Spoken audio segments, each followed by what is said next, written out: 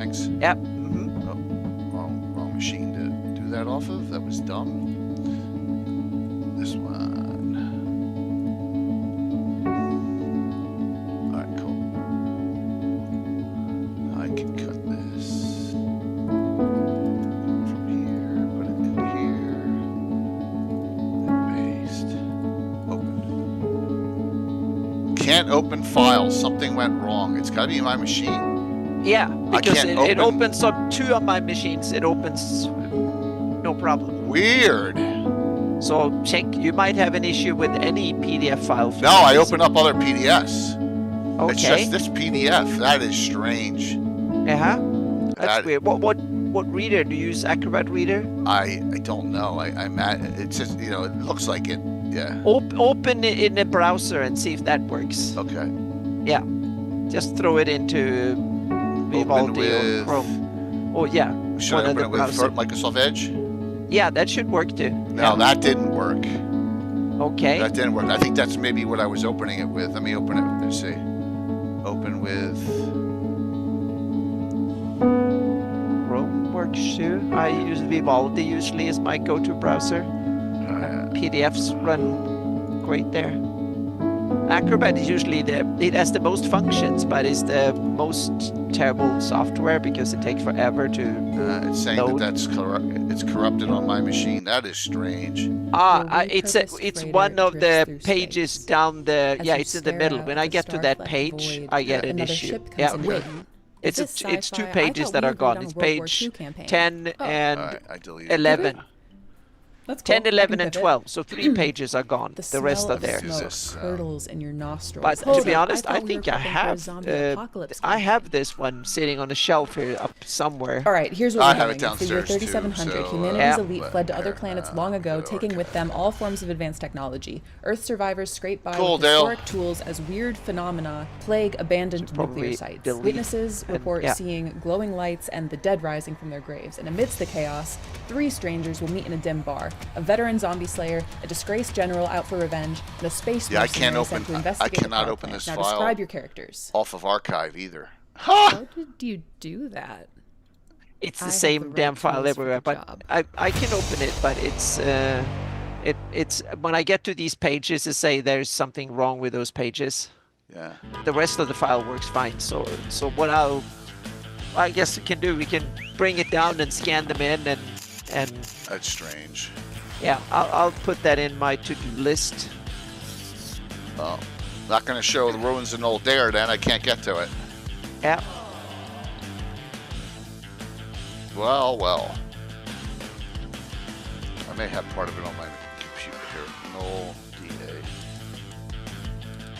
D-A-A-E-R.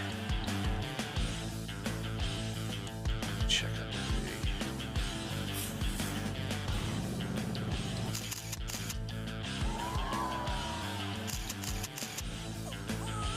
I do have some pics. File location.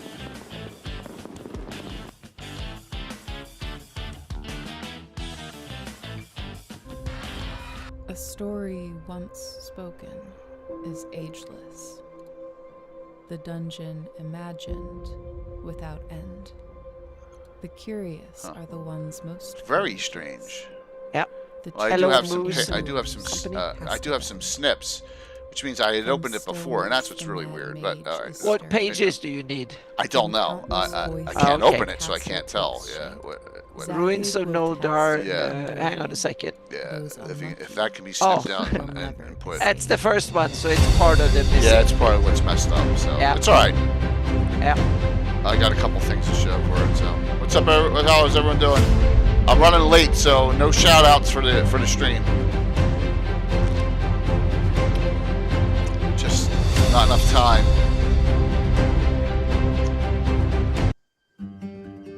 Oh, that's wrong. Hey, Greg.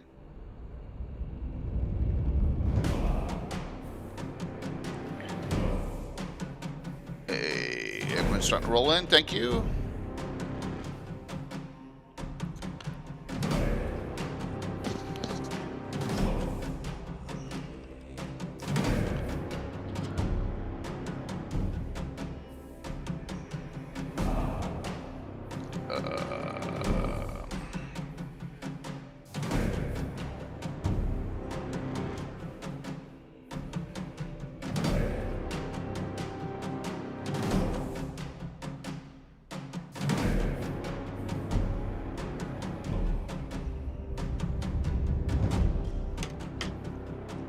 been a crazy day.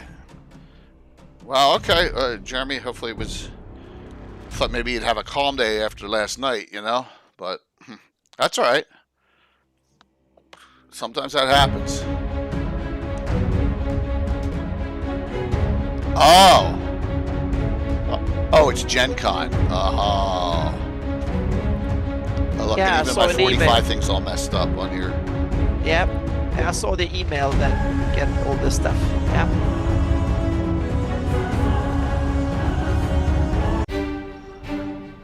That's strange. All right.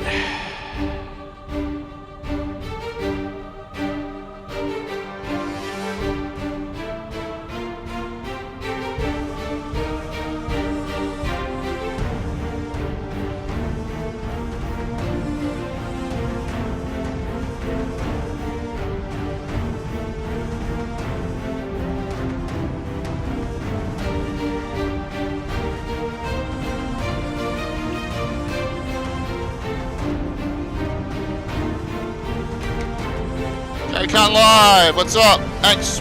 Come on right here. Thank you. Let me set the giveaway up. So, if you're good from GaryCon, please just classic D&D reprints tonight. Boom. Thank you so very much. And I'll hit it up here. There we go. Thank you. Good to see you. So, yeah, I'm like scrambling here, everyone. It was my mother's 90th birthday today, so I came from her. Oh, wow. Exclamation drawing, Waffles. Exclamation point, capital D for drawing. So that'll get you in on. Whoops, and that's the wrong shout out. Of course, I hit a wrong button. That one should get you to it. So yeah, but made it in one piece here. So Anna and I are here. Maybe the ever mysterious Tim will be on, and so we're going to talk a little. Nothing as stupendous as last week's. That one's, with That was fun. yeah, that was such a great one. I'm going to stay seated for a little bit here. That was such an awesome one where we did the top. Yeah, 50. we have to come down from those high. Oh yeah, yeah. We do have to come down from them. But if you are a GaryCon person who goes, I finally in 2 weeks. Finally have someone who's a regular at GaryCon who I've never been able to nab down, but that's coming up, and that is that's Doug Niles. So that's 2 weeks from tonight. All right, finally Awesome. got Doug on. So Yep. yay! So a GREYHAWK mom's topic? No, we can't do that, Michael. That just wouldn't be good. That wouldn't be good. No. Moms would be that'd be some really showing some scarring there of past motherhood things. So but Aaron and I are going to try and get through this one on. We're going to do ruins, abandoned places, just some some brainstorming on GREYHAWK, especially for DMs, and some places that we've maybe liked that's a published source. I got a couple from Dungeon. Too bad one I can't even bring up the adventure, which is ridiculous. But We can talk about it anyway. Yeah, absolutely. Mention it. Absolutely. Yep. There's another one. There's a couple that I'm thinking of right off the bat that are actually specific GREYHAWK adventures. So, oh my God, you forgot to give your cat insulin during that? Oh my gosh, Dragger here. I'm sorry that. Wow. His cat needs special medication and stuff. Yep. Yeah, doing that now using a fallen Dwarven Realm in the Rakers. Cool. Is that published source there, Dale, or is that actually one you made up? Or that's still cool no matter what. It's good to see everyone here. We're just going to have some fun with this tonight on the discussion. Let me see here. What else I got? My brain is Well, we need to sit down and get into it. Yep. Mm-hmm. Oh, Greg Gillespie's Dwarf Deep. Okay, there you go. Cool. Counter. Yeah. Please don't kill your cat over one of our streams. That would be bad. Yeah, I would feel awful. So Anna, your thoughts on this topic idea and what you do as a DM? I think this is a great topic for two reasons. One, because ruins and abandoned places are awesome from a gaming perspective. They're really cool thematic places to run adventures, and they are I would say the standard dungeon, so to speak, or the typical dungeon is an old ruin or an abandoned place. So they're kind of the core of D&D. But I also think there's another side to them that I think are equally important, meaning where do they come from? They tie into the history of the setting, and that's another aspect that I really enjoy that is often, at least in classical D&D, often not thought of, meaning that it gets a byline of a few paragraphs in the beginning of the adventure and no one cares much about it afterwards. So I like that side, but I like it has both sides. It's both fun mechanically and it's a good adventuring locations, but it's also interesting because they tie into the depth of time of a setting, which I think is really, really cool. And there could be, in a lot of these, places that there you may have an adventure with one objective in mind, but there could be something left over from previous that is like, oh, you know. I'm thinking of what's the classic? What's the art? So, Audie, the penultimate classic ruins. What do you think of first? There's one. Well, when it comes to GREYHAWK, we have to talk about Castle GREYHAWK and just mention it, and Temple of Elemental Evil, because those are the two that everybody knows. Even if they barely heard the word GREYHAWK, they know about these two. This one is maybe bigger because of Tomb of Horrors. Is that the one you think? No. It's a smaller location, but it's bigger than and that is, if we come here, and that is the Moat House. The Moat House, right? Yeah. The Moat House is what the precursor to Temple of Elemental Evil. Absolutely. Yes. I mean, that's the ultimate ruins, right? When you think about it's so classic GREYHAWK that it's And it also has the manageable size, meaning it's not that big. What is it, like 30 rooms or something like that, all in all? Not even that, but so... And then there's a little bit of a labyrinth leading out into the swamps, but it's not that huge. So I want to show this. So this is the Dungeon Manager cover. Let me get this from Virtual GrowdCon 2. 1 second. Yeah, so it's the classical dungeon. Yeah. Well, yeah, the Moat House is one of these things that this place that can do, and it's also really well.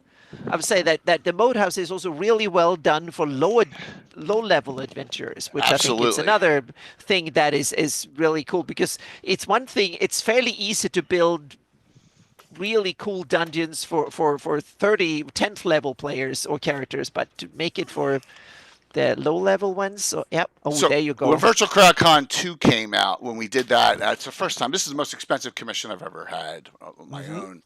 But here we go. There is the return to the ruins of the Moat House. We had a theme.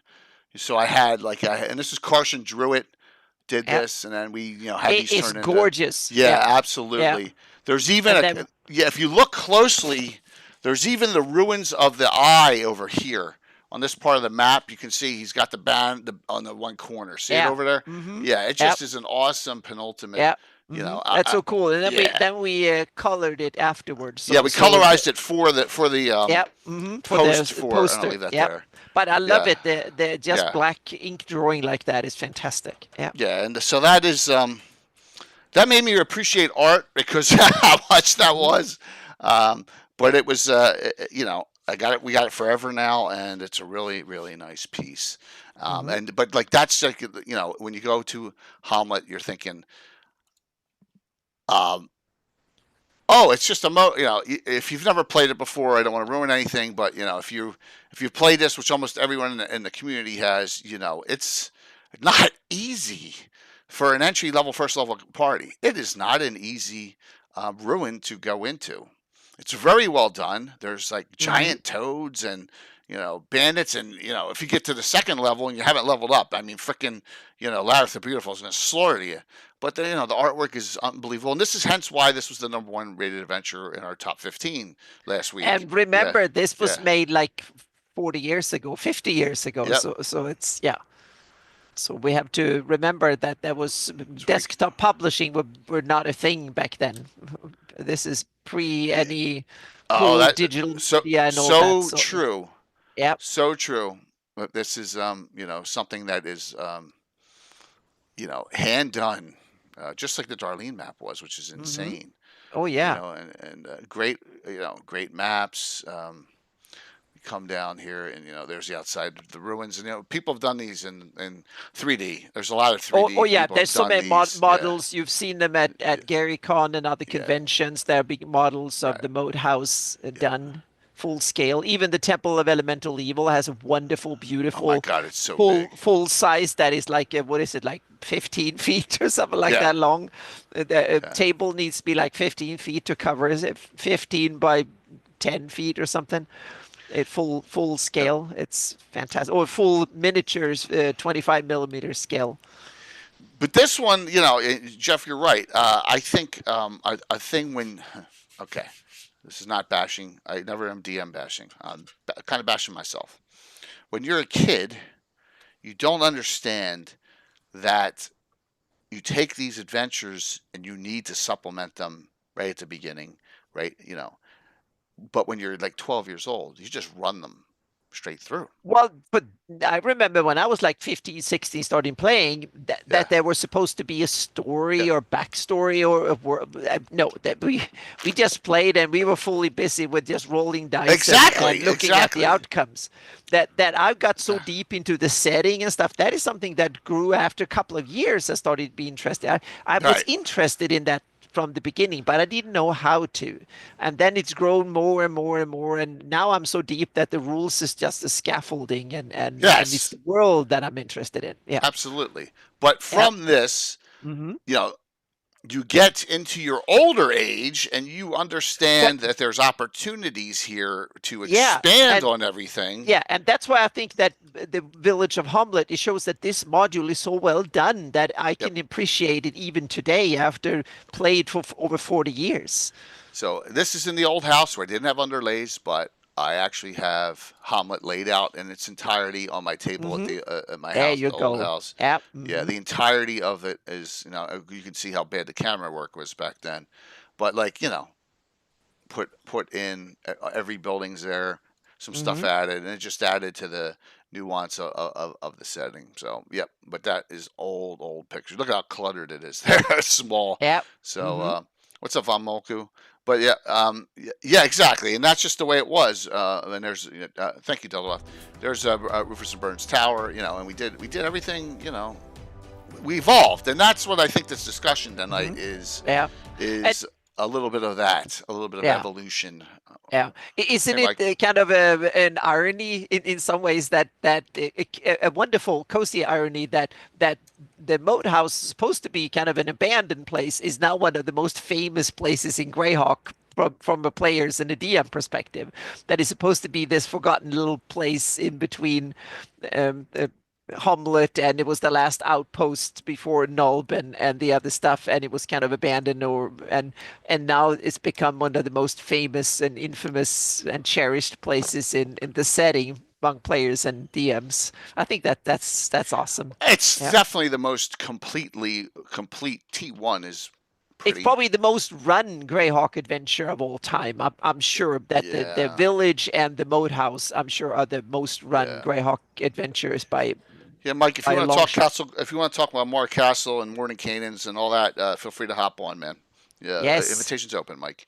We'll probably have Tim on in the second hour, but I'm not sure 100%. So, B2 though, B2 is another one. Yeah. yeah, but B2 is not a Greyhawk. It's not Exactly. I official. would say it's exactly. Yeah, It was the yeah, only return that it was kind of shoehorned into right, Greyhawk a right. little bit. So yeah, But keep on the Borderlands. I don't think it has ruins. it has the dungeons that are next to it. That the Caves of caves Chaos, of but chaos. they're not ruins.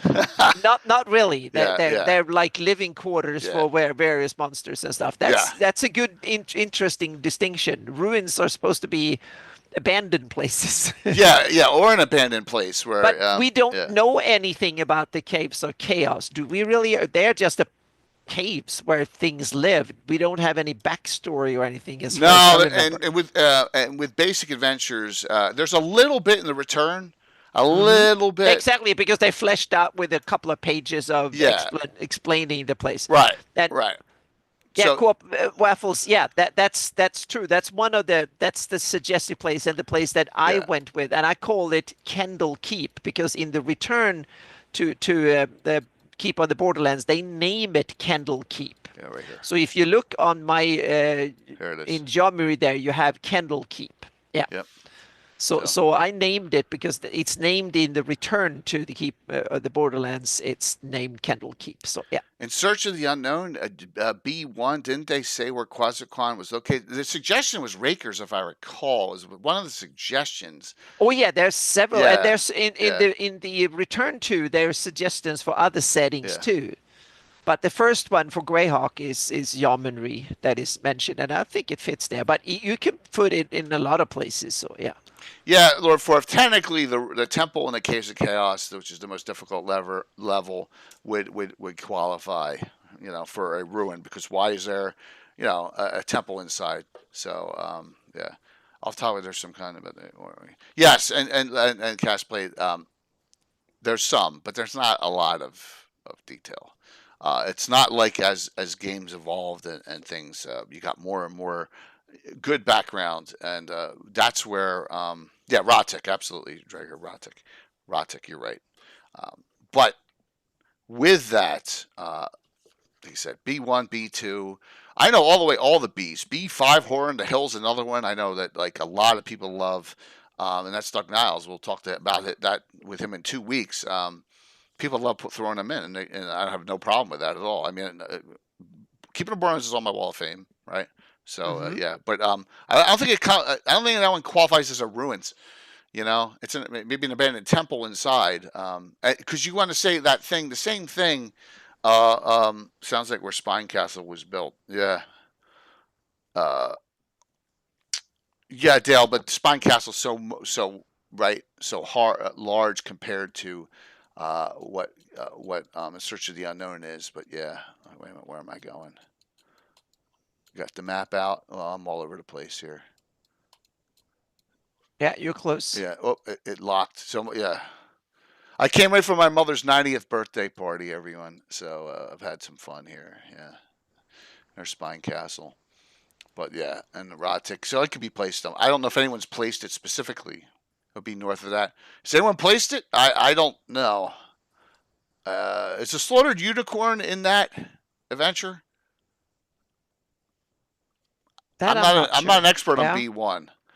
No, I hated me it neither. because you had to assign what monsters were in which rooms. Okay, cool. Well, Okay. did not know that. Yeah. All right. Oh, I need that coffee. All right. So, early on, we all passed up on opportunities. So what I'm saying is that there's opportunities to develop. And as things came along, I was like, oh man, there's lots and tons of ideas. And I started just searching the map in some places and things and times in my area. And there's ruins all over the place, right? Ruins all over. And you got any like in mind that like are like stick out to you? A ruin? I go back to the Howling Hills, my favorite spot on in the Flanies. Yeah. Yeah, I'm so looking forward to map the Howling Hills, and hopefully it's not that too far off. I'm right But there. it's peppered with ruins there we go. and forgotten places and stuff up there. So it's Yeah. yeah. And Here we come to meaning they don't necessarily need to be underground or dungeon. They can be a building. They can just be like a site like a Stonehenge or something like that could be considered a ruin too. But do ruins have to be ones lived in, or could they just be some stones that someone raised back in the day? Great. I don't. Ruins could be almost anything. I think a lot of leftover things from history past, so to speak, kind of. I have a ruin that has definitely not been lived in. Yeah. Because I think it would qualify as this in my campaign. And you placed it on the map a long time ago. Yeah. I have a ruin or site of interest that is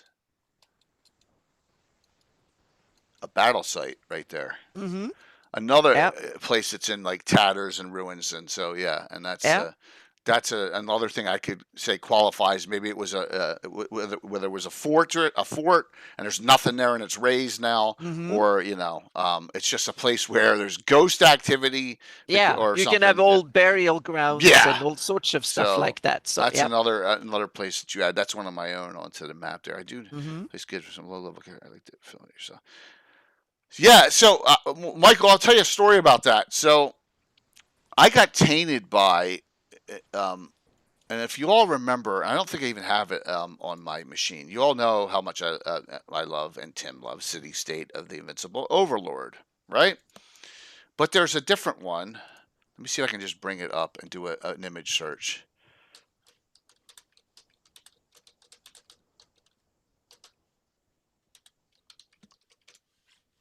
Here we go. Yep. The City State of the World Emperor. Oh, I never heard of that one. It's bigger. Okay.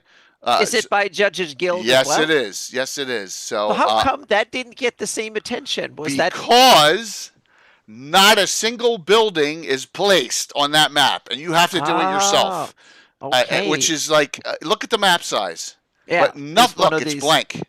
Mm-hmm. And I said to I'm looking at this, and I'm like, wow, this is awesome. And then I think there's like, I don't know, 400 to 500 locations.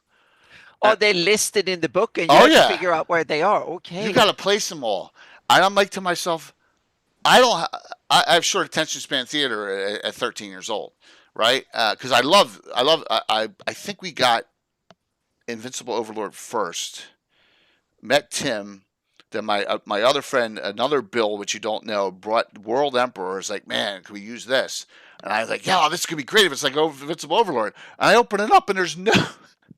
I was like, holy crap! So this is before I even looked at B1 because I got B2 in my box set, and then B1's like got to place all the monsters. I'm like, no, I'm not doing it. So I got tainted, Michael, by this to not do it on B1, if that makes sense.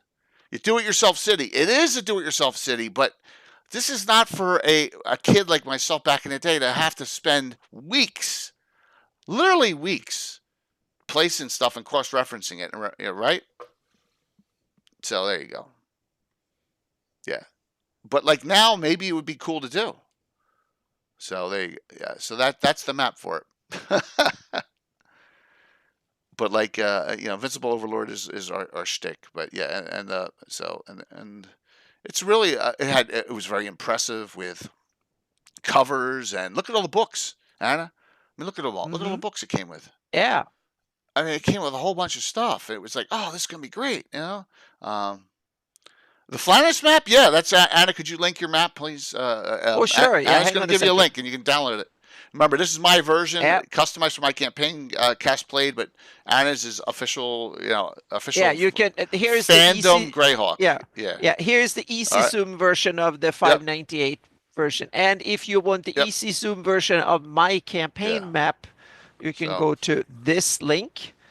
And you can also go to my website to download these things too. Yeah, no problem. Of course. Yeah. Yep. So it came out afterwards. I was excited for this. I'm sorry to go off on a tangent on this, but it's cool. As it was Invincible Overlord, because it was bigger with books and supplements, but I couldn't get past. I had to place all the locations. So, yeah. And I can also link to my Patreon site while I'm at it, because there's some new cool stuff that I just uploaded there. So I'll talk about that later at the end. So, yep. So I'll caveat this, Coop Waffles. That's a great point. I'm going to caveat this. Great, you can, as a DM, great backstories can be developed. So a backstory for the Caves of Chaos, it's perfect, right? Absolutely. And almost every place that we adventure in GREYHAWK and with D&D is usually a ruin or an abandoned place or something like that, right? But so yeah, absolutely, 100%. You were dead on that you can really create some really nice backstory. Now, not all the time we don't need any, but sometimes we do. And if you watched last night, I pulled the group into into a little conundrum here. Let me see if I can, where I had them go back to an existing place. Whoops, let me bring this up here. I had them go back to an existing place that was ruins in the middle of the source to prevent something from happening that my character and a bunch of other characters didn't finish the event. Kind of left the venture open ended. So and that's definitely at a ruin.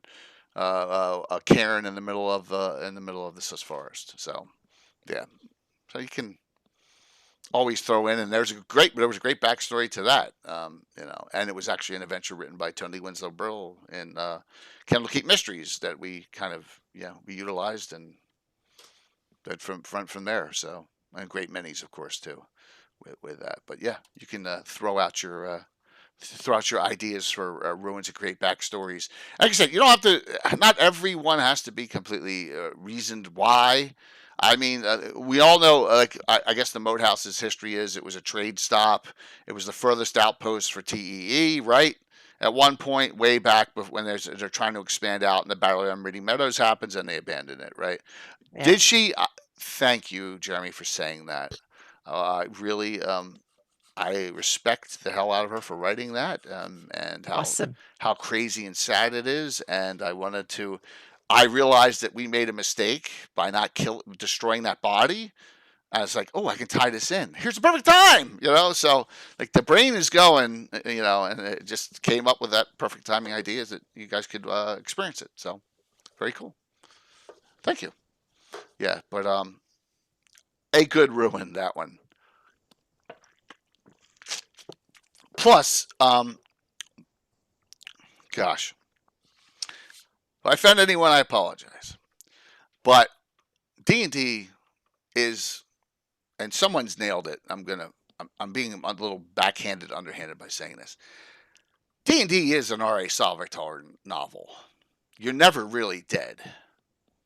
Okay. You yeah. always can come back, right? So sorry, But that's the problem. One of the problems with fantasy is that you can Right. always come back in So- various shapes and forms, Yes. and yeah. Mm-hmm. Yeah. So they could have brought back this really bad undead lich druid. So I almost killed a lot. Yeah, just ask Tensor exactly. We've had that, yes. We had fun, and like on Thursday night, they were down to 2 characters. It was almost a TPK. So that was the closest I've come to a TPK in a long time with my regular players. If you can cast a 9th level spell, anyone can come back. Yeah, there's wishes. That's so true. So I look at it at, I without being cheesy, these locations can be, if they have a baddie in them. Like I could bring back Larith the Beautiful if I wanted to, but I don't want it to be like jumping the shark too much. Or Drelzna, who I always regret killing her off as soon as they found her and took Shokanth. Right, another one. I would love to have her running around for a while. But notice last night, the high level baddies, their spells. Upon my death, they get a contingency spell on from Wizard. Upon my death, my body gets word of recall. They're teleported here. Boom. Right. So that's what happened last night. So, yep. Cleef the Thief. Cleef is his name. That's a rhyming. That's it. So. Yeah, why I'm struck blank. Yeah, Drizzt. Yeah, I'm talking about Artisan Trary #1. He never seemed to go away. Just every time I read the book, I was like, oh god, this guy's back again. So I actually tried to weasel that out of Ed. By the way, we should have Ed here either July 8th or 15th. So he'll tell us. I'm June 8th or 15th. He'll be back on. So you like this, Gary? Yeah. So throw out some topics if you want. If you're bored and want to hop on too, you're more than welcome to. But like, so we talked about the Moat House. Bone Hill actually has ruins.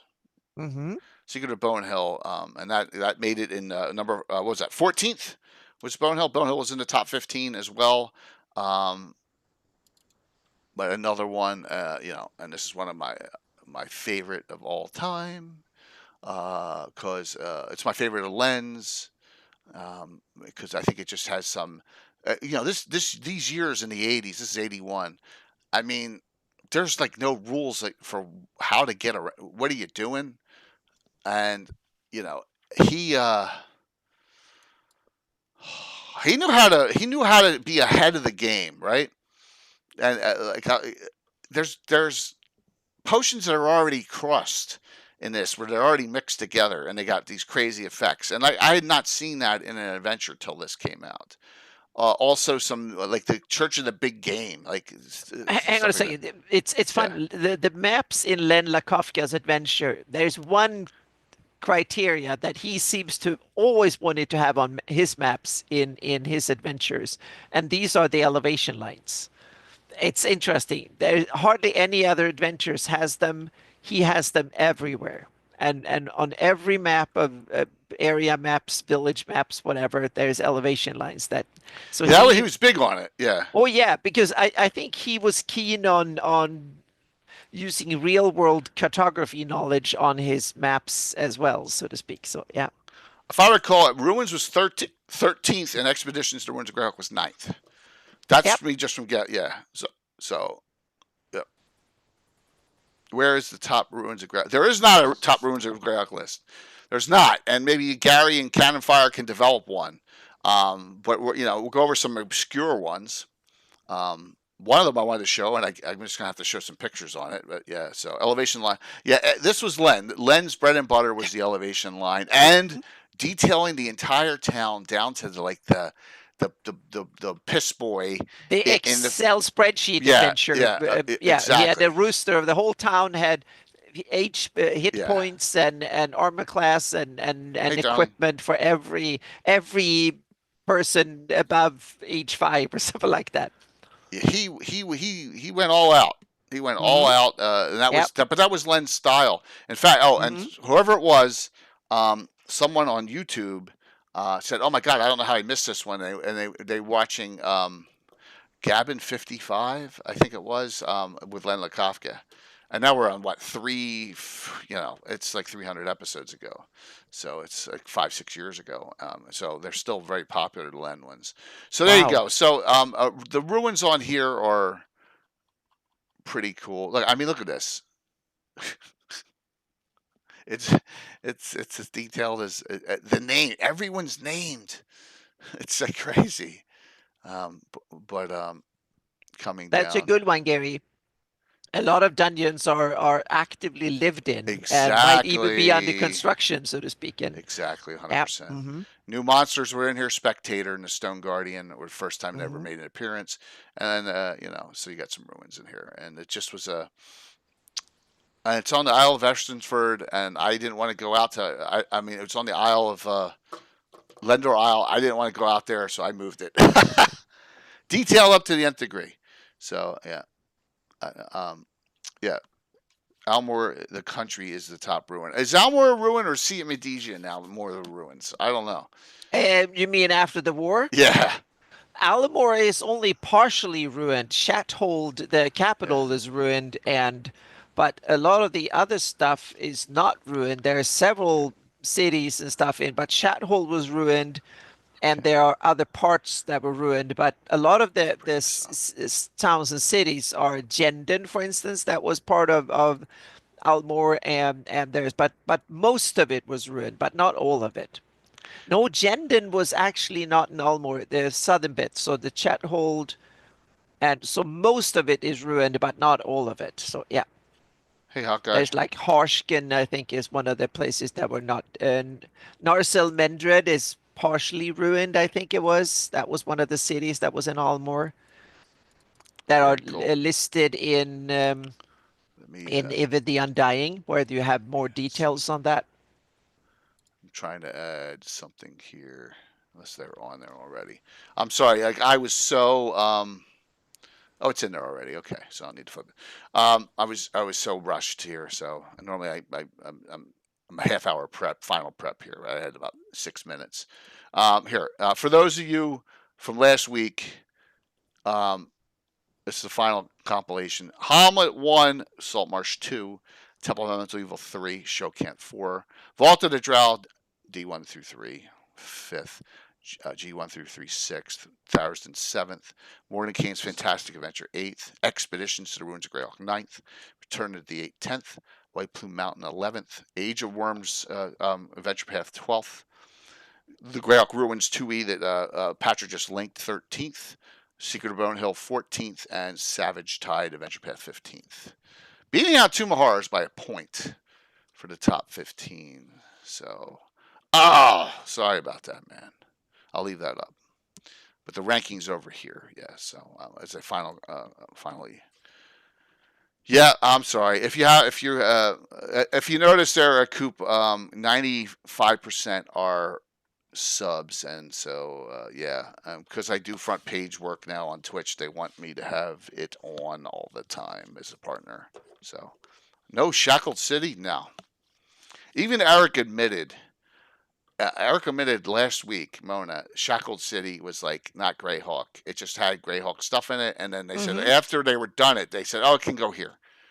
Yeah. Oh yeah, they mentioned, I think it's Cuthbert, or they mentioned one of the gods or something once, and they just gave it a location when they put it in the hardcover. I think that it's not in the adventures themselves; it's when they made a hardcover. Yeah. But that follows a long Greyhawk tradition of being shoehorned in afterwards, meaning there are numerous, like the Tower of Inverness. That was when it was a printed module, when they just ran them for convention adventures that were not set in Greyhawk at all. And then they made them into a module. Then they got a little forward saying that, oh, if you want to run Greyhawk, you can place it here. And that was about it, so to speak. White Plume Mountain has nothing to do with Greyhawk in the story, but it got placed in Greyhawk, and it kind of So that is the Greyhawk story for a whole bunch of stuff, and it's interesting because at least almost half of the adventures that are later connected to Greyhawk or traditionally seen in Greyhawk were not written for Greyhawk. But the source books that are often overlooked, they are the treasure when it comes to the lore of Greyhawk. In other settings, Forgotten Realms and stuff, then you have way more adventures that were developed for the setting from the ground up. That's not the case in Greyhawk. A lot of these adventures, like the Ghost of Tower of Inverness, has been shoehorned in afterwards, and then I think made it into becoming a cool Greyhawk module in a way, but it was not written for it originally. Darling, you still there? I want to ask you a question. If I freaked you guys out enough with the dreams, the dream sequences. Oh, you run a dream sequence? That's awesome. Yeah. Every character had one. Yep. Yeah. So you want to talk about an ultimate ruin? Ghost Tower is it? Because like, if you're lucky, you're lucky if you see it. And it's placed in a really cool spot. Thank you, Jeremy. Yeah, Jeremy's character, his dwarf Ryland, has a really long-term adventure plot I put in there. Let me see. Where is the picture of it? Yeah, so that's what it looks like, the Ghost Tower. Hey, Sparkles Mandy, thank you.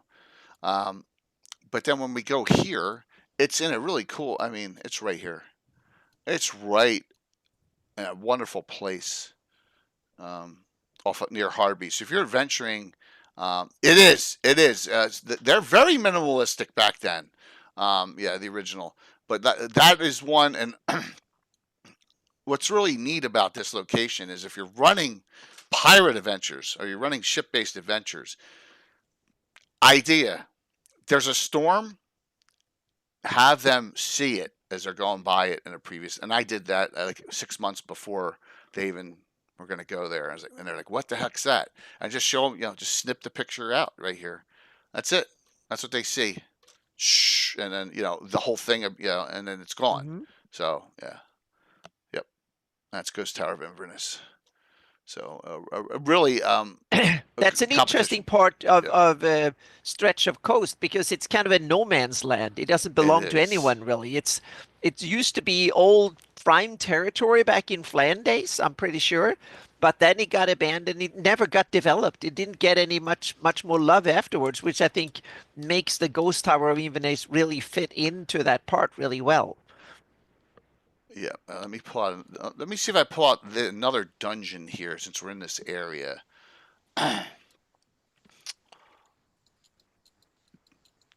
Is this a ruin, Anna? Oh, Gazal? That I Yeah. don't know by. Hang on a second. I need to So search for it's that one. Dungeon 30. Okay. It's Dungeon 30. I know this is nearby, and I'll have to find it in my list of Yeah. dungeons. Now I have to But look another here and one see. nearby that I liked a lot. I It's so long ago since it's 20 years since I Yeah. mapped that 20 years ago. So or a bit more. Yeah. Gazal's not a ruin according to Gary. Okay, so we'll skip that. Okay. Gazal's Good. Yeah. occupied. It's not. It's the one with the deep. It's the deep pit in between. Because It's like a it's not a cliff. ruin because it has Yeah. a yellow color on my map, so Right. it's not a ruin. Got it. Yeah. I might be wrong though, but I wasn't wrong Here, about that one then. Okay, I'll good. do this Yep. for Dale for Assure's purposes. Well, if you ran living GREYHAWK, this is a ruin. 3 times, right? There Oh you go. yeah, it got later. Yeah. No, Karestein. Pit Azazek Zeal. Oh God, where is that? That is a legendary location, correct? No, Barry Peaks. No. It wasn't even barely mentioned. No, let me see if I last can week. find it on here. Hold on. Let me see if I Yeah, can find it. it didn't Not make even it far close. on the list. This is all Yeah. numerical order. No, I don't think anyone had not even in the honorable mentions. I think No, it was not even yeah, that. now here it is. It's only 3 points away. Okay. Someone rated it 6th. Eric Mona rated it 6th. And Sam rated it 8th. That's it. Yep. That's it. No honorable Tomb of mentions Horror- whatsoever. Yeah. Yeah. Tomb of Horrors didn't go that far either. No, the Rick Duke Carthan had it 3rd, and Mike had it 5th. It did. So it didn't get a lot. You can see the ones up top got multiple votes. So yeah, the way we did it, it was fair. I think. Tomb of Horror was reasonably high for me. Yeah, the because highest. it has, yeah. Yeah, Slaver Stockade is up there, right at the same spot as Barrier Peaks. A2 was was there. I mean, it's just like the way the system worked. It worked properly, so. Yep. Yeah, lots of good taste there. See, everyone did their job and they took it seriously. Anna had the most scientific of all the directions as how she was going to go do it, which was really cool. I put up the Right? criteria Yeah. that I valued them by, and then I Yeah. made an Excel spreadsheet and went through my whole. I have like a GREYHAWK shelf that is like, what is it, like 3 feet long or something? It was like 75 items or something in there. And then some Dungeon magazines and stuff as well. I tried to convince Mike to come on and talk about Mark Castle, but so if you were watching yesterday, you're gonna like this, Gary. Good tie-in. It says lots of ruins and Rary the Traitor. So, what happened in a dream sequence for Ravalantar, Ed Greenwood's character? Number 1, if you were at GaryCon this last time, the entire adventure was a GREYHAWK mage, which is a trained up specialty mage, which we have that class now, of Rary. Okay, I probably have his name right here. Look at that. I can go right back. That's the wrong folder. Let's go to this folder. Oh crap! I just dropped everything on the floor. Here it is. Yeah, Gary, I scored on three Deadly three Challenge. things. The guy's name, Thuringon of Rel Devon. Okay, was sent to kill Ravalantar and all his buddies in that adventure. Yeah, tons of ruins in the Bright Desert. Exactly. Here, let me pick all this stuff up, or I'm gonna as I'm talking. So they were successful. This guy was a little higher level than Ravalantar was at GaryCon. I did kill someone off. Rosie died, but then due to a quirk of fate, Talawick took her place and died. That was fun. But Ed had a dream yesterday that Ravalantar is in the Bright Desert, and he's standing there, and this gentleman here is across from him at distance, and he says to himself, I guess it's up to me to take care of this. That's his dream.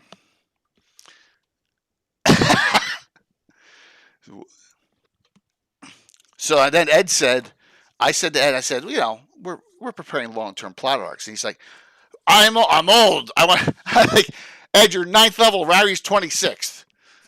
You want to wait a little bit? And he's like, can you imagine? Oh my God! So that was fun. We had a good time.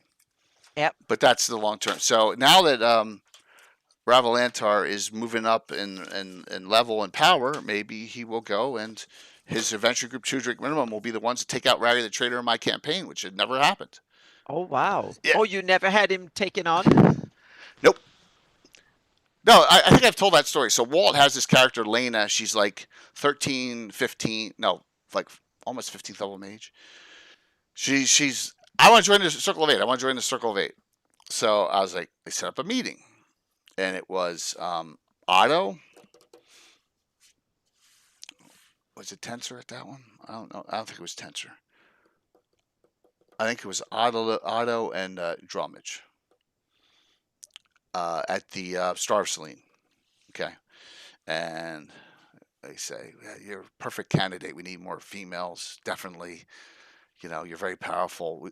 We just want you to do one simple task. I want you to go out and kill Rary and prove that you did it. Damn. And then she goes, you know what? I'm not that interested in joining. He said it. So that was it. Rary is, I don't know if Rary has a specialty. I mean, I imagine it's evocation. Oh, no, it's mental. It's mental. It's mental. Rary's replay of the past. Yeah, it's all mental stuff. Yeah. So that's what happened. It was fun. But with that, yeah, there are a lot of ruins in the Bright Desert, right? So you got a ton of places you can go. And if you take the Rary the Trader adventure, a lot of these are already previously written up. Look at all these. So, you know, Solm Fortress, ruins of Darkbridge Temple, ruins of Utah. They're all over the place. Centere, I say that right? I think so, yeah. Yeah, so you have a ton of options for ruins that you can actually creep into these lands. The necropolis of Winnog, too.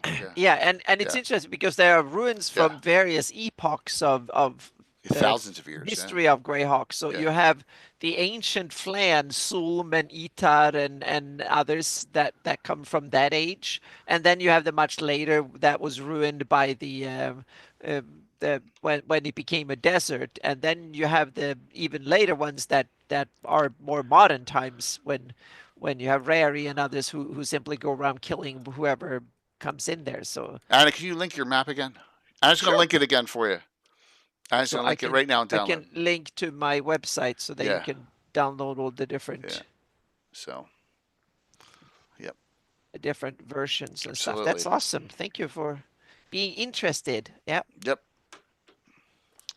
So, ruins all over the place. I don't know about this. Do I know about this area? Canamar's Towers? I think we talked about this recently, but I don't remember the specifics on them. There's 3 of them ruined there. Yeah. Is that in Rary the Trader? Does anyone know? I don't know the details on those. That's pretty cool, though, if it is. 3 ruined towers. And here's a easy zoom version of the map. And if you want to have my campaign version of the map, it's not. Oh, thank you, Gary. Yeah, that's my campaign version of the map as in a web browser too. So I warned you about my campaign version. It has a lot of extra stuff, and it's also not that it's running behind a bit because I've neglected it for a little while. So it's coming a new version of it soon. Yeah. Awesome. It doesn't matter, Greg, here what you know and what you don't know. Has there been any effort to make a living GREYHAWK gazetteer? Ask Gary about that part because he was part of writing the ones that were published in 2000. Well, Tux, I mean, there's the recent one that's just out, right? The reboot, right? Oh yeah, the one I'm giving away. Is a good one. Yeah, that's but a good one. Are you talking about from Living GREYHAWK at the end of Living GREYHAWK? Yeah, because no one. Thank you so much. Yeah, no one in their right mind would attempt that because not everyone was part of every region. You know, and that's why we had on Legends of Lore a lot of those old regions on a couple years ago. So it's we've really tried to do as much as possible to get a lot of those shows together. That would be a thick book. Yeah, and plus it's just not really from what I see. pick and choose, but a majority of the community, I believe, thinks that that is not official canon end of Living No, Greyhawk. my problem, and I Yeah. read probably as much Living Greyhawk as anybody else alive, and I can't say I'm an expert, but at least I read through them, and the quality varies, meaning they are fantastic. I would say that the content quality level is like from 1 to 10. There's some, or at least 8 to 9. There's some of the best Greyhawk stuff written. There's some awesome stuff written by like Eric Mona, Jason Bowman, and a whole bunch of other top-notch writers who've done fantastic job. But there is also a rushed crap that is wouldn't even make it to Whoops. a home game these days. Sorry And for the bad it was shout probably written during the week because they had a weekend adventure at the convention and someone needed to have something done. Skip that. And so there's so much stuff that it's not researched properly, just pour in crap just to have something to fight, Yeah. whatever. So it varies a lot. Some of it is like the equivalent of the worst fast food, and some of it is the best, most awesome backstories and locations Yeah. and stuff. So the quality is all over the place. It's very much hit and miss. The in my last opinion. official, when you want to talk about official publication for Greyhawk that you can rely on is the Expeditions. Yeah, Expeditions and the Living Greyhawk Gazetteer from 2000. Right, Those but are this- the two. Yeah, Very that's years when it apart. comes to adventure. Right, right, yeah. But as far as storyline advancement from Living Greyhawk Oh, yeah. Gazetteer, this is it. Yeah. You know, you got the Age of War, you got the 3 Adventure Pass, and then this. Mhm. That's what you have. Yeah, that so was the end of that was it. published until very recently when Wizard of the Coast are publishing new stuff that is not really new. It's a all rehash of the reboot. old. Yeah. So it's all back. Yeah. But that was the part of it. So that was the whole idea with it. So yeah. So yeah, while we're here, let's just say that one of the biggest ruins of all is Castle Greyhawk, written so many different ways, right? So many different times. Greyhawk Ruins in second edition was huge, and then I know that was Sam's favorite, and that's why it hopped to 13th. And then a lot of people liked the Expeditions one. Oh yeah, I love the Expedition. Yeah. That's a great. I know the only thing you don't like is the Army Underground, but other than that, well, the 300-mile long tunnel under New Dim, Yeah. but I didn't mention that one. I didn't want to upset it because the rest of the book is so good. Yeah, absolutely, it is. Yeah. But it's just for. But every adventure has their hiccups. The editor forgot to remove something or whatever. All the time. I mean, you still find edit issues to this day and Yeah. stuff. You're like, oh my god, look at how glaring that is. How could I miss that? But Expeditions is really cool, and that gives you some ruins here. And then I ran this before I started streaming, so we're talking 2017. And then when I talk about another ruins here, I just shared this recently. Let me see if I can find it. That's a ruin in Greyhawk City that I think Mr. Yeah, here we go. This is writing by Brian Doherty, and this is a case of measles. I ran this in conjunction with expeditions, where I wrote a high-level group doing expeditions and a lower-level group doing other smaller missions while the other one was going on. And this is right at the area of the Great Burn. So you want to talk about ruins. This, as if you look at the original Greyhawk box set, a whole area of the Thieves' Quarter area got burned and never rebuilt. This adventure takes that. And Gary, if Gary's on, where can this be found on Cannon Fire to this day? The answer to that is I don't know. I'm lucky I have it, but But this actually details that area of the Great Burn right here on the map. So there you go. You got some ruins right inside Greyhawk City that have been inhabited or things are going on. So it's a cool adventure. Cool. If you want low level city adventuring, I highly recommend it. I think it's for first level. Yep. All right. So. Yeah, of course, morbidly. I think that maybe yesterday we had a whole bunch of subs going on. I had a doubleheader. I had 2 streams yesterday. I was streaming for like 10 hours, so we had some fun with that. Yeah, so that's a good one. Let me close out some of these. All right. Delvin Brass in the Vesfi. Yes. Another area. Number 5? Okay. Awesome, Michael. The Vesfi's got a lot of ruins.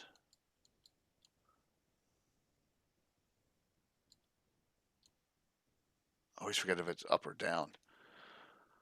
Oh, there's Larrick's Tower. Yeah, there's Delvin Brass, all the way up in the Beast Fence Forest. Okay.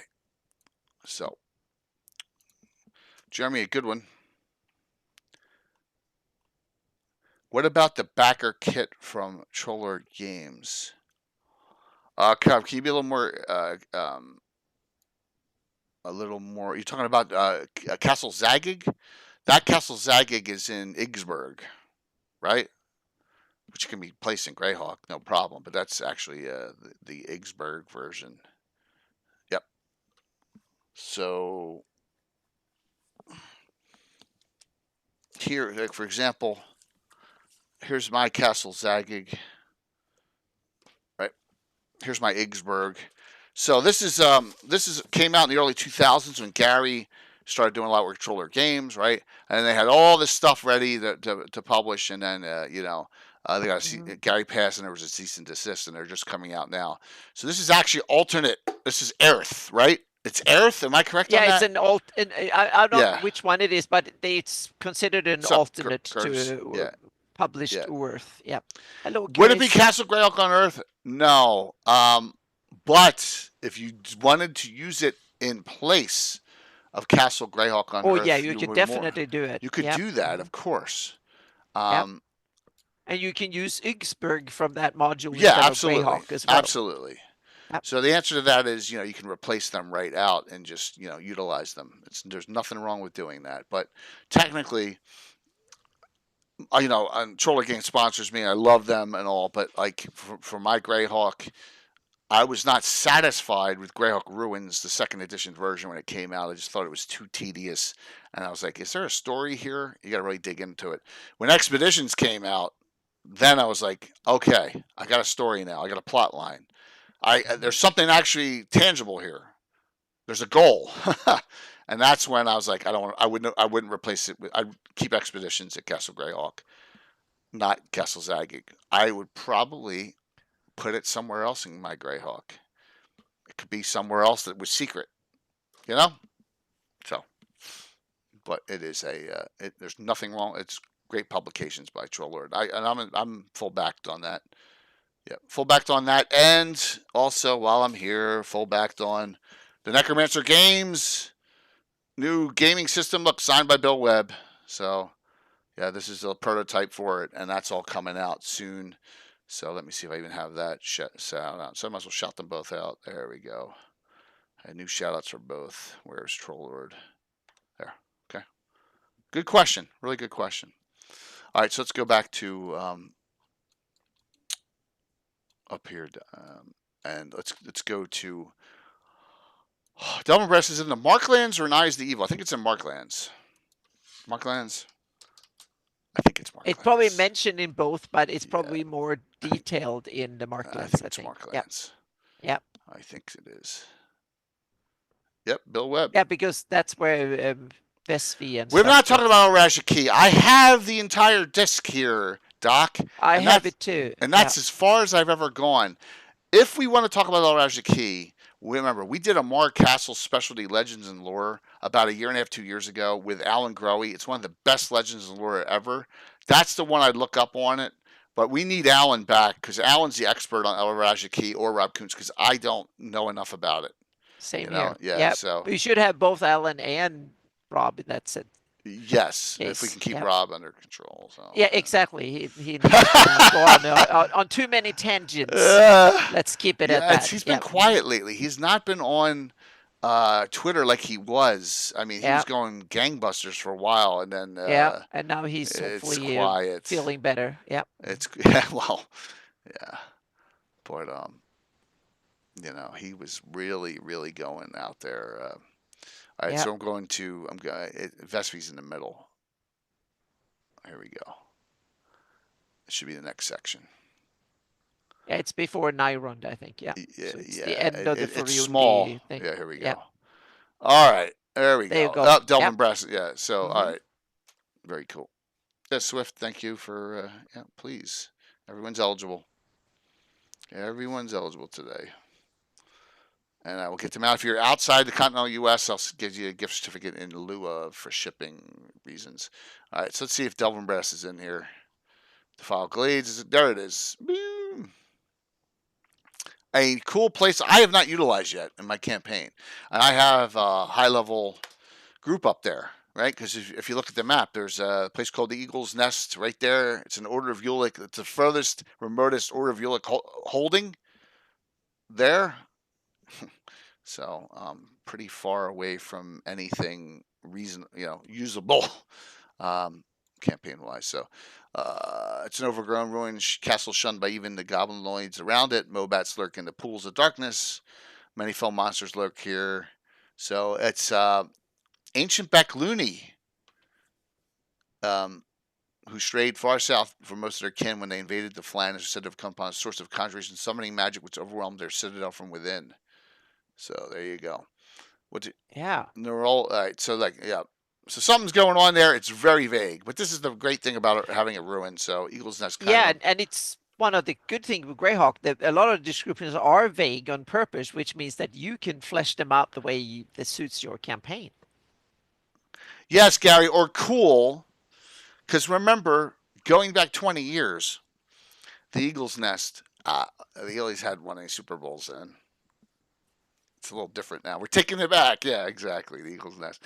So that is another. All right. So we got Delvin Brass, but they were searching and came across a ruined, hidden, overgrown keep that they had no idea was there. And he spent like 18 months. You've seen a house, and it's like a house has been sitting there abandoned, and the forest or the weeds just over. That's what this place was like. And Bill's character Eleanor spent 18 months rehabbing this as well as he could, and now there's a keep up back up there, and that's yeah. So that was a ruin, and the background is still unknown about it. Yep. Yeah, Beachfront Forest is cool. Like I said, one of my favorite places. Is there a central location for Earthworm material venture lists? Yes. So I've linked Cannon Fire. I want to show you something. We'll answer that question right now. You see that? All right. So that's Cannon Fire. What I'm going to do is you're going to have a double hiccup in a second here. Give me 1 sec. You're going to hear the stream for a second. It should be on the front page, so I can click the link directly.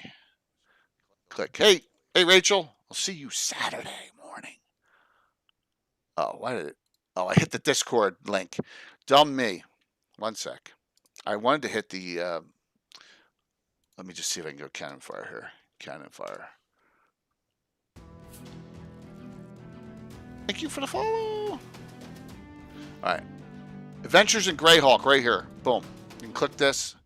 They're not every one, but look at all these. They're all published. So if you click on it here, let me see if I can go to one of mine here. Unless it's covered, it's probably buried. See, Gauntlet, Sentinel. Heart in the Hools, yes. Let's see. Here's Rowdy the Trader, as you can see. Gazelle, which we talked about. They're all over the place. Here's some Carlos Lacing ones. So this is where on the Cannon Fire site. Good. This gives you a whole location of as much as you can on where adventures are off the Cannon Fire site. Lots of other good. All the cities of Earth, all the maps are here too. So you can come here and here's Sports and Brewing. Here's all the maps for that. Realm Ward, here are all the maps that are associated are available, and you can download them right off that. So yep, and that's free for everyone.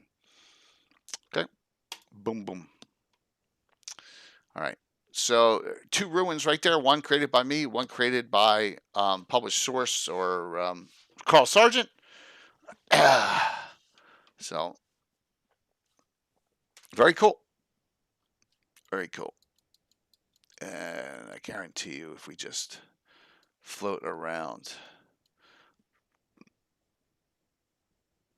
I'm just looking to see. Here's Wellborn Castle. Did that get destroyed during the wars? Anyone remember that? What happened with Wellborn Castle? Oh, yeah, it got destroyed in It the got wars. destroyed in the Yep. wars? Okay. Yep. Yeah.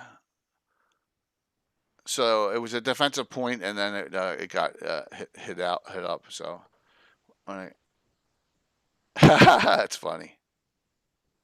Next August. This Oh. August or next August? This year August? This upcoming August? Or It must August be, of I guess, 26? So that's pretty cool. Oh, yeah, that's true. Yeah. Yeah, which one? That we need to celebrate. Yep. Yeah, we celebrated Malden's 25th anniversary. Yeah. You know, we celebrated what he was. 2026. All right, so we Okay, got a good. year and a couple Yeah, months. get Good, prepared. because I may have Yep. my surgery in August, so I may be down for a bit. So, I don't know. Wellborn Castle's probably in the Marklands as well, but so you got ruins there as well. All right, let me share this one that I couldn't get the dungeon magazine to work no matter what. We tried opening it different ways. Oh, yeah. One of my favorites. In fact, this was on my list. This was got an honorable mention in the top, so it got 1 point, and it was only by me. And that's from Dungeon up there. 13 right here. Yep. So this is the ruins of Knoll Dare. All right. This was a really cool little adventure. That there's a lot going on there. I got some of these. So abandoned because I ran it just a little while ago. I think it was the second time I had run it, but for the guys who hadn't played it, so yeah. Yeah, well, Cass, I had my left hip replaced in April. It's healing. I'm waiting for the right hip to be, double hip replacement. So, Coop, don't worry about WotC releasing anything. Don't worry about WotC with the new Adventure League things they're doing in 6 locations. It's not going to affect you. It might be a thing or two in there you want to use, but the most of it is probably it's a not for rehash us. back. So don't worry about that. So what we've done is this community, I think, is the place where everyone comes, and when you want to ask a question about lore, you ask it on Cannon Fire, right? Or you ask it on one of these shows, and we try and get the best answer for you. I think that's the way to go. Because your lore's I deviated in 1980. My campaign's 45 years old. But you just incorporate what you want into it. I mean, the Order of Vilk only exists in my world. I'm cool with that. This guy is the baddie in here, which is perfect. Good old fashioned Cambion in this, and some cool pictures exist of. And there's. Hang on a second. Go back again. There's a cool. He had a symbol on there. Oh, does he? Awesome. I'm going to. Oh, look at that. Whole hog. Yep. Well, you want me to put this in your Discord? I have it. Okay. I have it. All right. It's from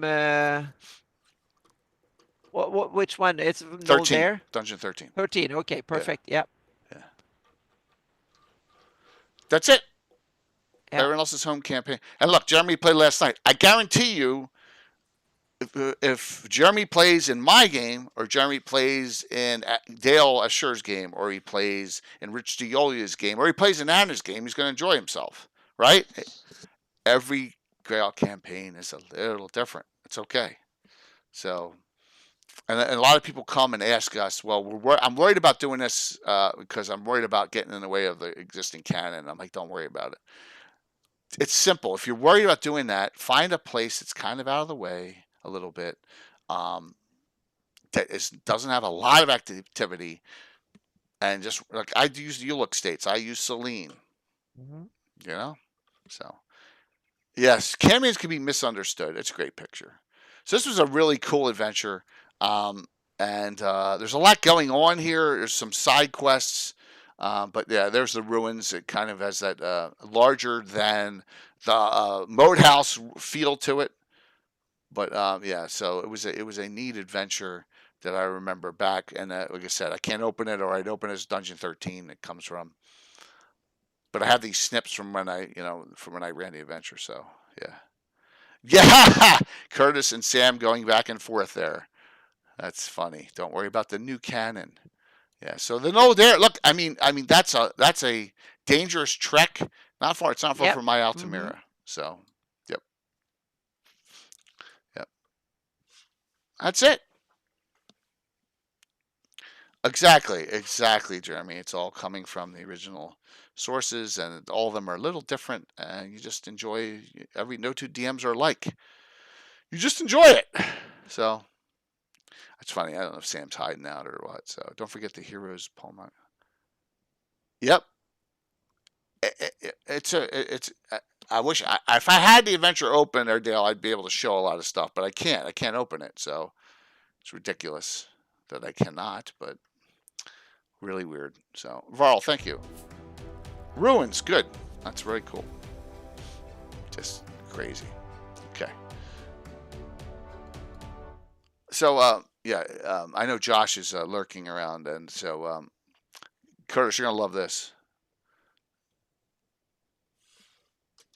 Yeah. Yes, doesn't open. It does. Yeah, chat doesn't open. Even giving it to me won't help because I've had it already. It just doesn't open. So I get this cryptic message late last night. Double header today. You hold up okay? Yes. So yeah. Who? What am I gonna say it back? was probably about yesterday. Yeah. Last Yeah. night, and I'm like. Angelo, I appreciate the concern there. Yes. Oh, that was funny. And I made Curtis laugh a lot of times with Fritz commentary. So, Death Knights, as if the dungeon wasn't hard enough already. Yeah, well, exactly. There's a lot going on. There's a lot going on in that adventure. That's why I gave it a I gave it a 1 point. I knew it wasn't going to get anywhere in the rankings, so I just wanted to note something outside of what I had published on my wall. So it's cool. Here's another one. And we talked about this one. That it's nearby. We talked about this one just recently, Anna, last week, because someone said I really need to get that magazine copy. So if we know which one I'm talking about, and that is, I'll show it on the map here. Not far from Altamira as well. Oh, you mean from the magazine? Vortex yeah, State. Vortex, Hidden Temple yeah. of Erythnal. Yep. Which Anna and I jointly placed because I ran it in my campaign. Now Rich Diola says it's in a different location, but that's too bad. It goes here. And that's a genuine GREYHAWK adventure with genuine GREYHAWK second yeah. edition. Yeah. Second edition in that magazine, and it's good. It's got some dual class humans in it. You know how much I love it. I love those. But yeah, it comes in Vortex number 8, which if you could, it's hard to find. It took me a few years to get this, and that's the magazine, which I think is 93, 91 or 93. This is from that magazine, so it was still during the glory of the second edition era. But so it's supposed to be a temple that is abandoned, ruined. You find it, and there's cultists rebuilding it back up. So seemed like a good idea at the time. Absolutely, very cool. But so. Another good one that's local to me. And look at this. So here's another big ruins that appear in Anna's. That's from the Gordon novels. Yeah, from the Gordon novels. Yep.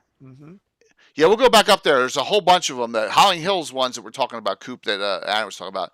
Yeah, so here, Atreka is somewhere around here. Look, it's not far from right across the river from the northeastern Principality of Ulick area, and this is the area that's in Patriots of Ulick, which is not a great adventure, but it's detailed up, and that's right in this area. But it could be, you could place it anywhere. That's a suggested location. Yeah. So up in the islands. Yeah, we're talking about all the Howling Hills. Yeah. Howling Hills is an excellent place. There's like a half a dozen of places. Ruins up here like crazy. We have the Drenghus, Soul Husk Caverns, there's Kendragund. Well, it's not ruined, but we have Wegwur Thralls. That is the burial sites for the wolf nomads. Yep. And then we have the Groaning Mines are not ruined, but they're not abandoned, but they're cool. Spiritor. And so those are the stuff up Yeah. there, and then we have others that are within the Empire of Ayu's borders, sort of. Is Dazark is an old abandoned orcish town in the Fell Reef, southern Fell Oh, Reef. yeah. There is a Where am I finding it? Fell Reef is Oh, I got the northwest a tangles. bit. I'm sorry. Yeah, there you go. Yeah. Yeah. So it should be somewhere in the southern There's part Dark there. Pool. Yeah, Dark Pool. Yeah, I changed the name of it. Yeah. So Is that it? yeah, Okay. oh yeah, Dark Pool. It's Dazark is the Dark Pool is the name of the dungeon, but the original Orcish whatever the place was Dazark, I think was the name in that sense. And then there is there is also the Nerul's Bane. That is an old in the Fell Reef. There is Nerul's Bane. That is a one of these for dead people from the Flan Age. Right. Yep, that is further north. Oh yeah, it's really nasty. Yeah. And then you It's have one of these that I use is looking for this. Is it necropolis absolutely. from the Flan Absolutely. Age? That I have as it's a big hole in the ground where they simply threw. I have it at the Flan back in the day because they realized that dead bodies can rise again, so they didn't want that to happen. So they found these deep holes and they threw them in there because then they hoped that they would never come back again, so to speak. But they also kept some for the purpose of bringing them back, so to speak. But those were the horned ones. But the regular folks that couldn't control it, they took their deads and found the deepest holes and put them in there. And that was back in the early days, like 1,000, 2,000 years ago. And I have it in my campaign. So Nerul, the Bane of Nerul, but that is from the Marklands, I think. I use the evil probably. I believe that one's Iris the Evil. Yeah. And then you have Dora Ka. Yeah, Dora Ka is one of these. It's a priest, Nerul priest that is, or Ayusian priest. I forgot which. He's insane and he runs a weird kind of asylum up there in Dora Ka village. So funny. And he calls it Dora Ka, so it's like a travesty of Dora Ka. Yeah. Oh man, that's funny. Yeah, so you got burn the bodies is one thing, but they were so they were this different. Druid Circle looks ruined too. Yes, because Ayusians got to them and ruined it. So that was part of the. See, that's a good one that I think is rarely used. Coming across, and I did this. It's cheesy, but I did this ruined Druid circles all throughout the Vespi Forest, and of course, the north, south, east, and west stones, which are what would they be called?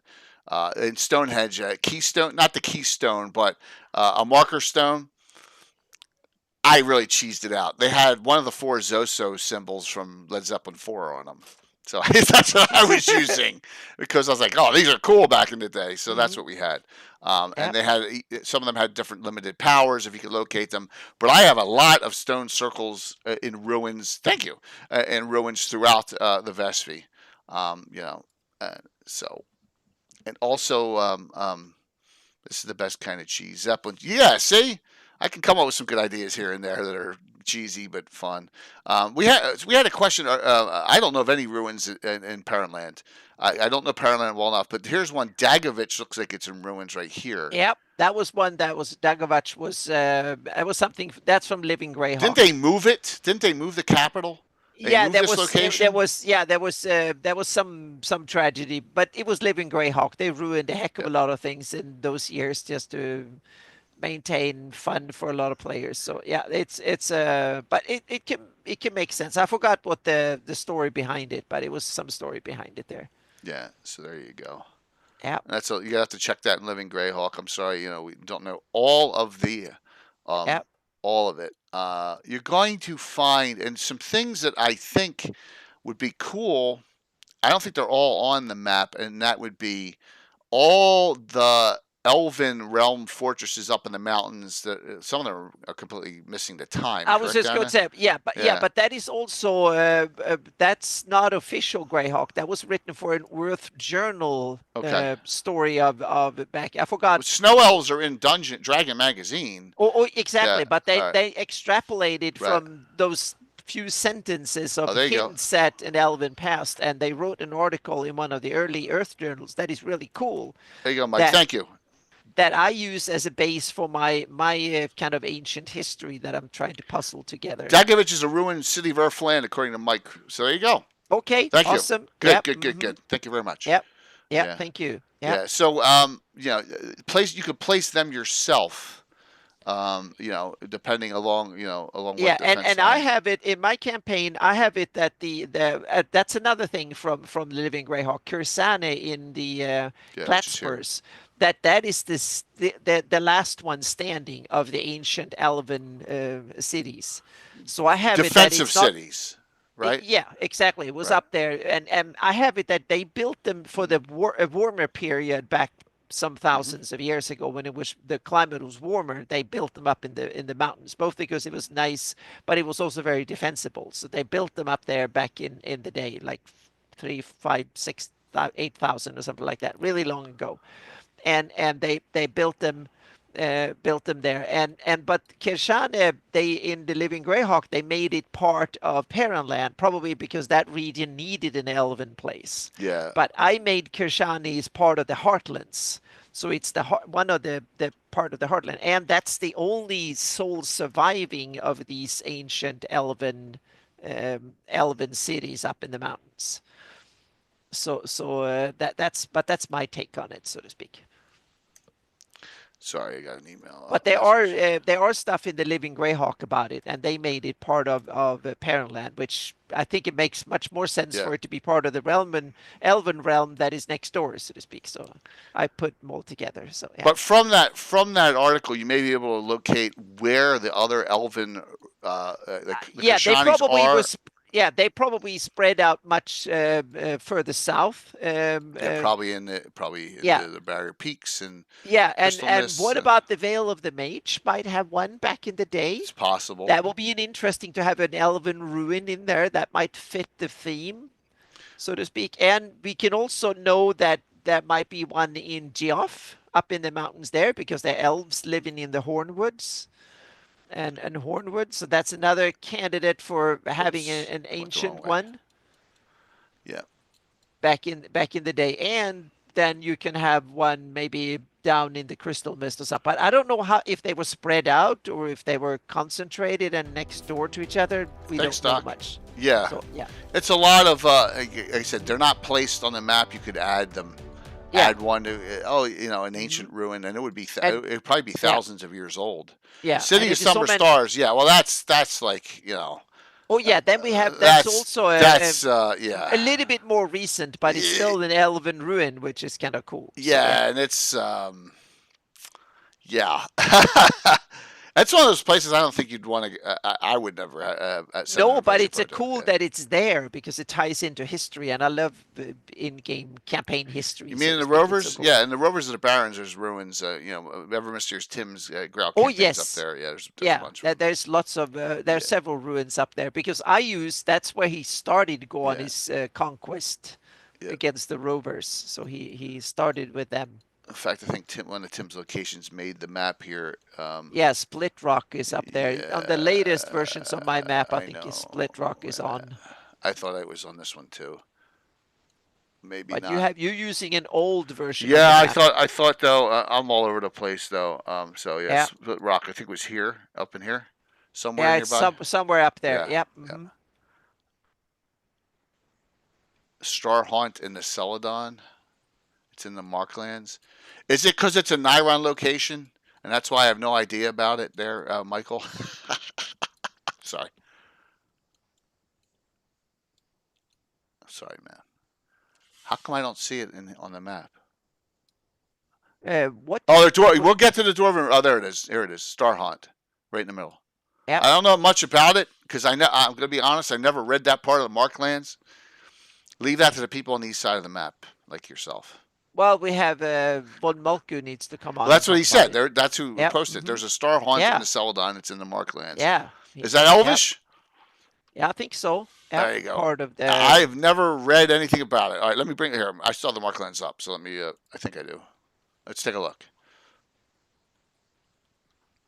Let's take a look since we have it up here. Niron. Hopefully it's in big. Here's Celadon Forest, Arnford, Spurned Vale, Star Haunt. Has a share of ruins and mysterious places, but none as strange as the star-shaped castle ruin. So it's a star-shaped ruin in the It forest. looks familiar. It sounds familiar because we have the star cairns that are a couple of 100 miles away. So it's yeah, but isn't old star things. Aren't star-shaped fortresses supposed to be for like sea bombardment and stuff? Oh, that's what they were made for in real world. Yeah, but why later on? Okay. Yeah. This castle Yeah. said to have been built by an ancient Iridian tribe overwhelmed by inner madness, so it's not elvish. Its walls glow in the dark due to phosphorescent moss. Monsters lurk within have a natural defense for creatures inside to become affected by displacement magic after some weeks of dwelling there. Well, that's not good. Yeah. Oh, so but it might be used against giant throwing big rocks too. So sounds like it's connected to the Fade or the Feywild here. That's what it sounds like it's connected to. Oh, shooting stars rain down here and there. Oh man. Yeah. Nice. Cool one.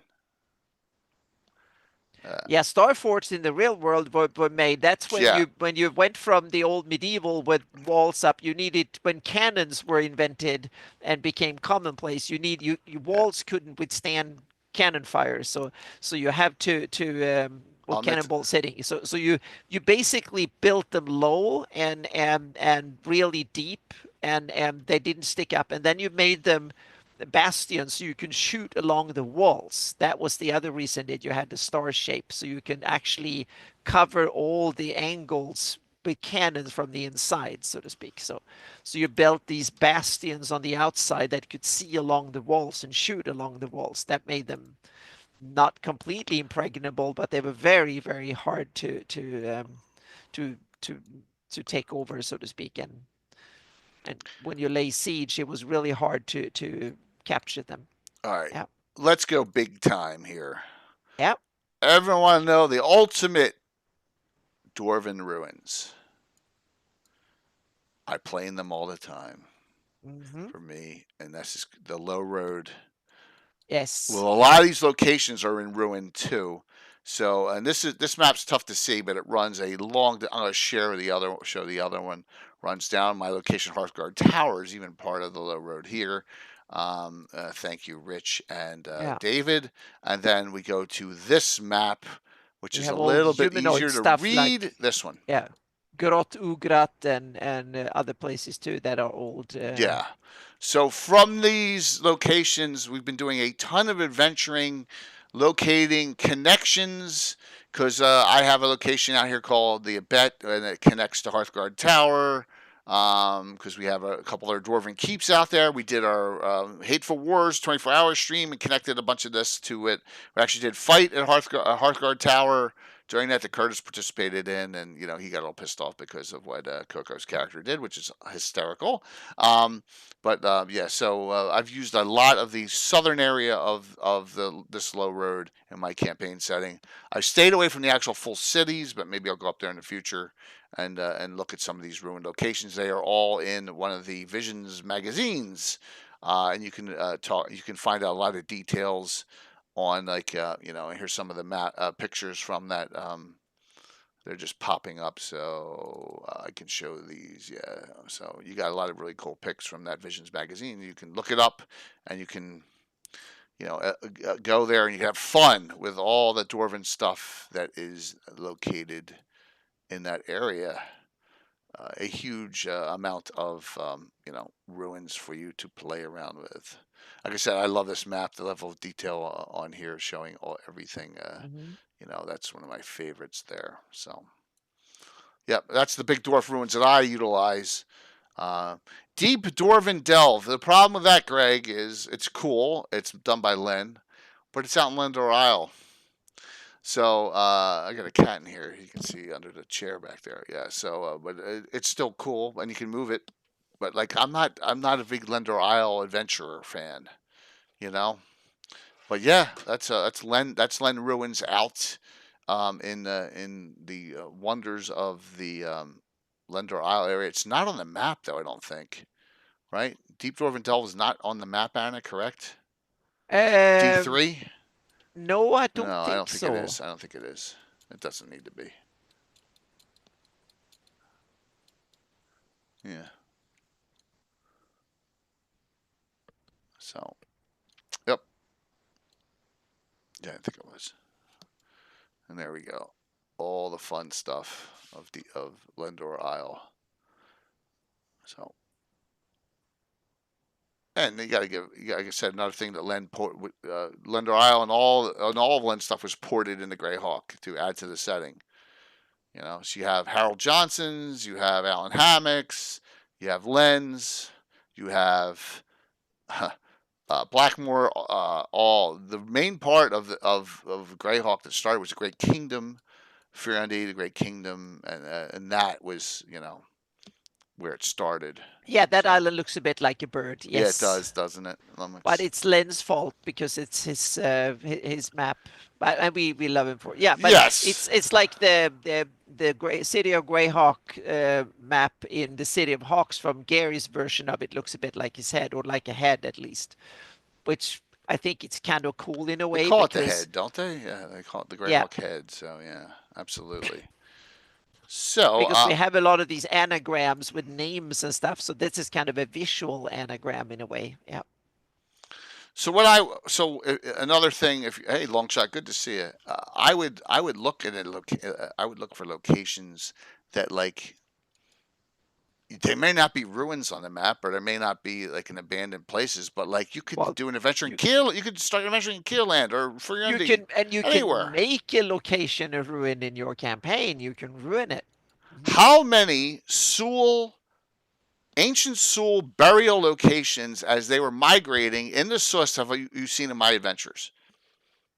A lot, right? That have nothing to do with Atraca or those original ruins, because I don't want to mess around with that too much. Remember, William Henry Dvorak did a whole thing on it, and I did that during the fundraiser last year. I did part of it, but like, there's a whole bunch of stuff. You can add in ruins and burial sites and ruined towers really easily.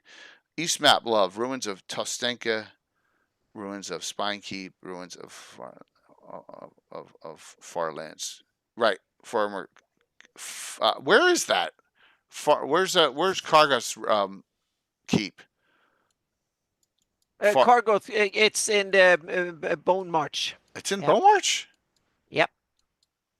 Not Cargos. That Farlands. It's in the north of Rossi's. I think it was Farlands that was his. Yeah, where's that? That's on the north of Great Kingdom, wrong side of the map. Yeah, I'm here. I just don't know. Farlands might be not be on. We put it Farlands Castle. It's south of Vinetha. Your map might be too old, Gary, and we placed it. No, Vinetha. That's on the coast. Oh, over here. Yep. Oh, there it is. Probably It's there here. somewhere. It's Yeah. here. It's here. Yeah. We moved it down to where Yeah. that river goes out into the ocean. Right. That's where we moved Oh, it you to. moved it a little bit. Okay. Yeah, we moved it. Yeah. Gary and me, we moved it. I placed it there originally, and then Gary and me, we placed it, pinned it down, and yeah. Yeah, cool Fleef, but Vecna. I'm staying away from Vecna for now. I'm Vecna'd out. I just can't. It's like I'm Eagle out and Vecna'd out. I think for a little bit. Tasha / Eagle Vecna, kind of. Yeah, a little bit, but it's all right. Fleef is because like Fleef wasn't even. It didn't. Did Fleef even exist on the map until the cartoon graphic novel came out? Anna. No, it's never been placed officially. I Right. placed it. Right. Yeah, it's been mentioned Yeah. and the story has been talked about, but it's never been placed in GREYHAWK. Yeah. I placed it where I thought Yep. it would be. Well, once again, Will has got that publication for near the Rotted Tower, with the Halfling community, which is we adventured in it. That is kind of like the go-to for the Rushmore area here, right? Yeah, right in this area. he's got some really cool things, and Fleef is up here. Yeah, so you got all that. Some ruins. This is ruin. Whatever this is, Far and Nod. I don't even know what that is. Far and Nod up here. I forgot where that came from, but it's hang on a second, I can search for it. So yeah. Yeah. Against the cold, a reptile god you could say is here. It is she is in she's in a ruins. Yeah. Yep. She's in a ruins right there too. In the northern Rushmores. You see, Curse, you're Eagle out too. Yeah. I'm Eagle out. Vecna and Eagle enough for me for a while. We'll go some different directions. You know. Okay, so let me go and find Yeah, where we did that it. We can just be. did. Gary, we just did that. Let's see. This is Oh, okay, good. what's that? Faranud is what? No, Gary put Lost City to Source. We talked about that in this forest. Far Anud. Let's see if I can find we any. did. That would be cool, Michael, if you ran something to Spotcast. By the way, I will start getting up the stuff for Virtual Crowd Con shortly. Okay. It'll be up, and then we'll start working on the schedule and all that, and getting in adventures and everything for. It's for from Living Greyhawk. It's Living mentioned Greyhawk. a couple of times in 4 different Living Greyhawk. Okay. Yep, and it's also mentioned in. It sounds Backloonish. Yeah, it's something from. It seems to be it's the Grand March Living Greyhawk triad that had it in some of their modules. Okay. So, yep.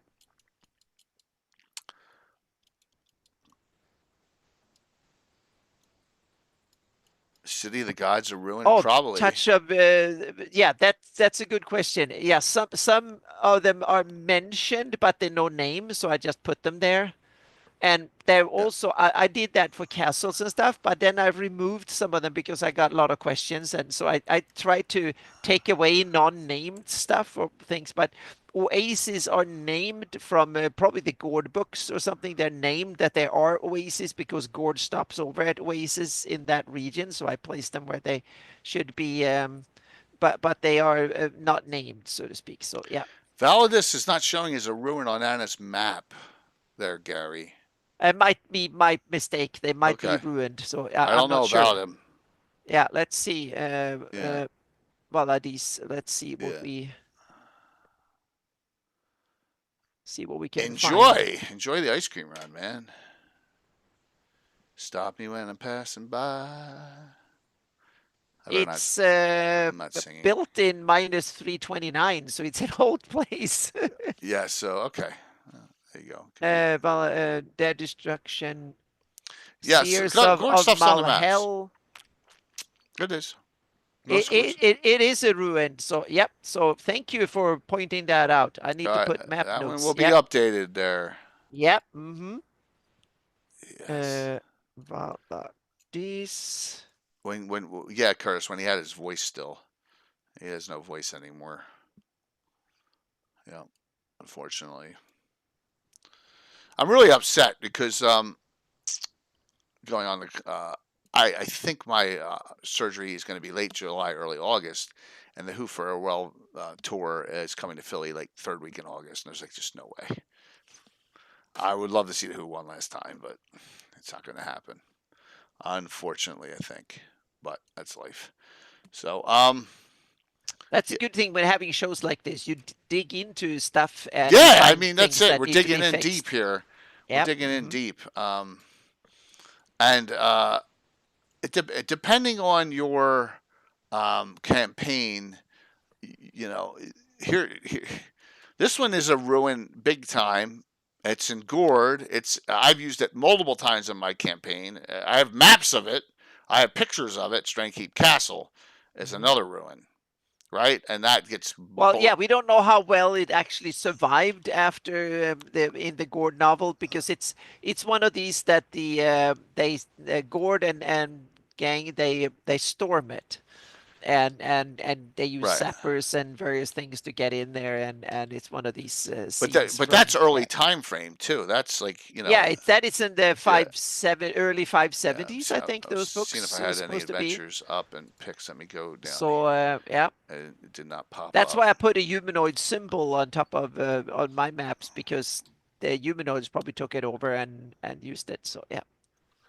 Yeah, it's not showing. Oh yes, hang on a second. You can get them. Hang on a sec at my website. Yep. Yep, you can get them here for free. Doesn't cost a penny. You can just download them, or you can view them online.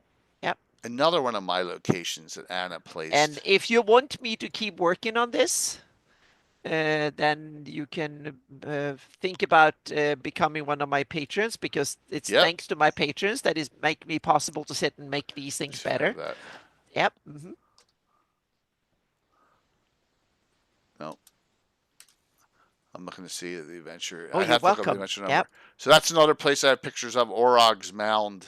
So that is a circular mound with an entrance, and it's been abandoned multiple times, and then it gets once again, just like stuff. It's in the side of a hill, a dirt hill. There's an underground area. Of course, it gets reoccupied multiple times, but that is an area of ruins that I created that sits there in an adventure. So well, yeah, we have the city of Sutterham in the Pomage up in the volcano. That is a ruin. Yep. Mm-hmm. Right. And we all know, if you watched the discussion last night, Eric Boyd conjectured that this whole area, the only reason that the slavers are here because it's a spelljammer point. Yeah. Mm-hmm. That was a lot of interesting points there. That is kind of so cool. I'm going to try and have him and get him and Malden on for a discussion on Spelljammer. Then we should get to David Shepard too. For GREYHAWK connections to it? No, for Spelljammer. He's a big. Yeah, but we don't want Spelljammer. We want GREYHAWK connections to Spelljammer. Okay, well then. Yeah. We want to make sure we have yeah, he's a Spelljammer player, but we want the ones that are like we want these theories all shown, and I want Malden to talk about what his location docs are and things like that. So, but to me, makes a lot of it doesn't normally doesn't make sense to drag the slaves up in there, but it makes sense if you want to move them somewhere else, and that's where I love Eric Boyd's and he goes deep on stuff. I would not run with the Spelljammer, but there are other places you can send slaves to that are really cool. Well, you gotta remember, he's the one who wrote the World's End Tavern article too, right? Mm-hmm. I think so. Yeah, for Iron Gate. Yeah, so he did that. So he's always thinking about those kind of things. Mm-hmm. So and the funny thing was, he's like, that is the worst dream I could have ever possibly had, which was so funny. Because his character is always trying to die, right, in combat, and I was like, your dream is you're sitting there, you're old, and you've led a long and prosperous sedentary life, and you end up just dying of natural causes. And he's like, that's horrible. Yeah. Remember your flans, yes. Yeah, and I guess we have to mention probably the biggest ruin by number of buildings or sheer volume, so to speak, and that's the city of Rosses that goes under in the war. So if you play post-war, the city of Roxas or Rosses, or however you pronounce it, is then turned into a ruin, so to speak. But it's not written up. Are the maps for that in Ivy the Undying maps of Roxas? Even the Undying doesn't have any maps of Roxas. Right. Okay. It only has the big maps of the Great Kingdom. Yeah, it doesn't have any detailed maps. No. Yeah, Ruined Temple of Highport. There's a lot of ruins in Highport. Those maps were published separately because they were supposed to go in. I guess there were other maps that were supposed to go in the product that were never done because it was just released as a Word document online. So, but in the Ivy the Undying, Rosses is turned into a ruin. So, and there you have another type of ruin that is more like a whole place. An ancient ruins, right? Yeah, a whole big island is overrun by crap. So, yeah. Yeah, absolutely a good one, Gary. And then you also said Verilos, which is another one he did. Yeah, Verilos is interesting. An old flan place on the verge of the Rift Canyon. Yeah, Verilos. Yeah, right there. Another good place to utilize. Mm-hmm. And it's not look, say you're adventuring and you want to do something.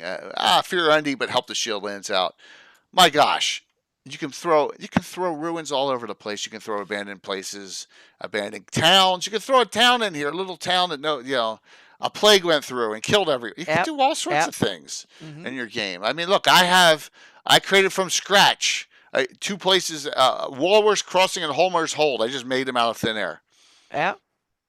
Right? But I love my the shield names lands. because they Yeah. tie into the shield land, so they're really cool. Thanks. So, yep. Yeah, but I made them out Yeah. of thin air. It's great. I'm going to place them on my campaign map too. So. This was East Fork, and I renamed it Radiant Fork when the Palorians And took East it Fork over. is from which I think is also awesome way of naming things. So yep. Yeah, and but we also have another. Oh, sorry. yeah, I was going to say the Fate of Istis maps are terrible, right? Yeah, they're terrible, but I At least they're like them maps. because they add lore to the setting. They actually add things to the setting. So even if the maps themselves aren't much to brag about, but I still like the fact that they tried. But we have another ruin that I think we need to mention before we end the show, and that's Tamoacan. Oh yeah. Down in the Amedio, that is one of these that was not originally written for Greyhawk, but shoehorned in afterwards. It's Not over here, the isn't it? Hipona land. No, on the left. Amedio. It's here. Southern Amedio. There you go. And that is something that all the experts told me. It's moved down to a crater that is a bit south of. So it's not on the coast. It's down a little No, further. it's not exactly. It's in the crater. There's a crater. It's in that crater. Okay. Yep. That's good. So it's on the latest versions of the map. It's moved there. So yeah. When that came out, I was like, it's on my wall of fame. My friend, another Bill, ran it for me. I was like shocked. There's only 3 pre-gen characters in there, and there's no mage. It's a cleric, thief, and fighter, if I recall. And I'm like, this is. I was a kid. I was like, no spellcaster. Are you kidding me? How are you gonna do this? It was nuts. But that's how it was difficult. It was a difficult. But was was that one of these convention modules yeah, from it was the the beginning? first one. It was the first one. It was competition. Yeah. Yeah. But it was They like probably didn't want to have that many powerful spells or something. They probably thought it was rough. To finish that in time, I don't know how it was be very difficult. But yeah, that's a huge another C series ruins. I'm not sure. It might have been a very, very old Blackmore, volcanic crater from really far into ancient. It's just a fluke of the algorithms that I used it's actually there in Bryce back in the day. So it's not intentionally a thing, but it's kind of cool because I think it actually was placed in a crater, but it kind of made more sense to have it up there. So yeah. Well, that's cool. Yep. And then Gary's thinking about because it's Blackmore used. I used a program called Bryce 3D 25 years ago when I did this terrain, and it's very primitive. I'm now working on a new version of this map that is way better, going to be way more detailed.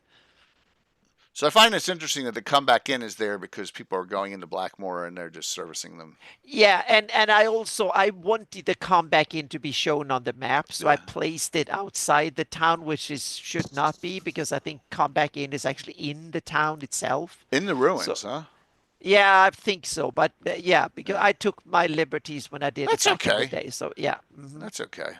So we'll see. Yeah. Very cool. I'm going to go back to Blackmore and give it a complete overhaul when I do the new version of the maps, because I want to take Dave Arneson's Blackmore more into account and make it, because the terrain up there doesn't make much sense. So I want to make it much more interesting in a lot of sense. Oh yes, I'm very busy. Thanks to all the awesome support, I'm very busy doing this. So yep. I guess we're not going to have Tim tonight. Don't worry. We had enough of Tim yesterday, right? We had Tim for 4.5 hours on during our Champions game, and he wasn't really playing anyone but himself in that. If you saw that, so he was playing the Partisan, a special forces ops superhero. So it's really not that far off. What's up, Naz? Yes. So I want to do this here. Holy shoot. Give me a second here. Oh my gosh, I think it's in 353, 352. Ruins of Altamira. Okay. Yeah, well, that could be. That's awesome, Gary. That could be. That's awesome. That could be coming here. Give me 1 second. So, the Naz is on, right, and he's our longest termed sub outside of my inner group of friends, right? Well, he's writing now, and let's take a look at this. Alrighty. I don't know why it's not. I know you. I know you gave it to me, and I can't. Oh my God. Give me a sec here. Did you? Which one? He's got an adventure. And I read it, and I can't find it. Here it is. Oh, thank you. You're welcome, Scott. Here it thank is. you. All Yeah. right. Here we go. Let me just. So 1 second. Give me a link there if you can, Naz, if it's up yet. I don't think it is, but if that comes up, please. He's going to have this on available on DM's Guild very shortly. Yeah, here we go. All right. Let me bring this up. It's out Tuesday, everyone. Relics and Ruins. Oh, it's an OSE game. His first one, and it'll be on DM's Guild. An old school dungeon crawl. Tim Sires is the Nazrat, and Tim Santee. Go. I will have the link on Wednesday. He'll give it to me Tuesday when it comes out. But there you go. So it's his first foray into writing, and it's pretty cool. It's got a lot of neat things to it. Yeah. Some cool artwork. And Old School Essentials is a great. If you love old school games, OSE is a great rule set to get the feel but more streamlined, but to get the old school feel if that's what you want. Yeah. Yeah. So give it a shot. Also note this: when Naz came first in 2018, when I am gaming online, he's a pure 5e person. Well, that's no longer. Right, so Old School Essentials, Shadow Dark, and a bunch of other games are converting a lot of people to like other things than 5e. So very cool. So so for that, I mean, just give it a shot, and like I said, I'll have a link for everyone Wednesday night on Legends of Lore to check this out. But I appreciate the advance copy, and best of luck to you on that. So, yep. Very, very cool. Any other final questions about this topic? And then we're going to do some exactly. Come in and see shout outs. What we forgot and something we need to mention. Yep. Excuse me. I would note that I create a lot of ruined towns because I have all the 3D prints. Cairns because I have the 3D prints. Ruined towers because I have the 3D prints or the crafts or whatever. So whatever you have, there's a lot of room in GREYHAWK to place ruins and abandoned places, and it's not going to affect. And it's like, oh my God, I put this one here. I got to put this one here. Don't start populating your map with them. You don't need to do that. Just it's all right. It's 12 miles to the southeast of this location. Boom. That's what you got to do. But if it becomes a focal point, then it's a different story. If they keep on going back there for a reason, or decide, oh, you know what, we may use this as a base, different story. But yeah, there are not a lot of ruins in the dry. Yeah, well, touch, of course, because but there could be ruins there you could discover in the dry steppes and the Sea of Dust. So, Angelo, now you understand. You freed him. He's going to give you a final word sword. You're going to, if you give him frag rack, right? That's very vital. He's going to go off, and you can decide what happens to him from there. Right? Yeah. Very cool. Third-party dungeon mags especially. Stuff all over the place. Gary, I agree 100%. And so I'm really glad to hear. Yeah. Do whatever you want. I mean, my direction and your direction may not be the same. Moose, you never know, man. He could become a bad guy. By the way, someone did not get the connection I made of one of the dreams last night. with the Okay. guy with leather sneaking up on the halflings, saying, "I'm going to cheat now." Snaps his fingers, and now he's in full plate armor, and then he decapitates him. So no one got that. That's a perfect. That's an Altamira thing. Yeah. Conquer Altamira all you want, everyone. That would be funny. So, and any final thoughts on the topic? Well, I think we've been going Well, all over the which place is a bit, good. both geographic and modules, but Yeah. that's what we do in Gabbins. And but I Yeah. think that ruins and abandoned places are irresistibly good to have in your games. So and Greyhawk has a bunch of awesome candidates, some great ones in various modules, but there is definitely room for more cool ruins and abandoned places in I did one for my Shieldlands campaign I called the Dragonhide Caves, where they were hiding for Dragotha 900 years ago when she had her reign of terror up there. So that was built. It was natural from the beginning, and they expanded it so they had somewhere to retreat into when she came and attacked. Because in my campaign, Dragotha is a female red dragon, or was, rather than a male. Now she's a Dracolich. No, So she's yeah. a female in Bruce Cordell's one. Oh, I'm okay. almost Because in positive. some of the other ones, No, in I think Age of so. Worms, so she's mentioned in other places. She's mentioned as a he. So, but it doesn't matter that much in Dragons anyway. But anyhow, but now Dragotha is a Drago Demi-Lich in my campaign, which makes her even more powerful in some ways. Yeah. Angelo, that's a point of contention. No one, the other Final World swords are all named in Arcana, but they're not Okay. assigned. And then someone else assigned them somewhere, and someone Yeah. else assigned them differently. And it's just the names to the alignment, so we can add it whatever. So yeah, this is a fun Mm-hmm. discussion tonight. Ruined city sewer system. Oh man, that would be even worse. Yeah, going Yeah. into sewers is like a ruins in itself. Mm-hmm. Yeah. Well, sewage kind of ruin things quickly. So yeah. They don't need to be that old, but combine them age and nasty Yeah. stuff. So yeah, Nasty. yep. So so wow, that's weird. Why is that other symbol up there? That is bizarre. Things just switch on me sometimes. I don't even know why, but it's our Uh-oh. global badge changed. It's really strange. Here, let me go here, and that should change it. Change. Let me type. Make sure. Yep. There we go. Okay. So cool. Appreciate it. I'll be good. I was going to be a jerk, but I'm not going to be.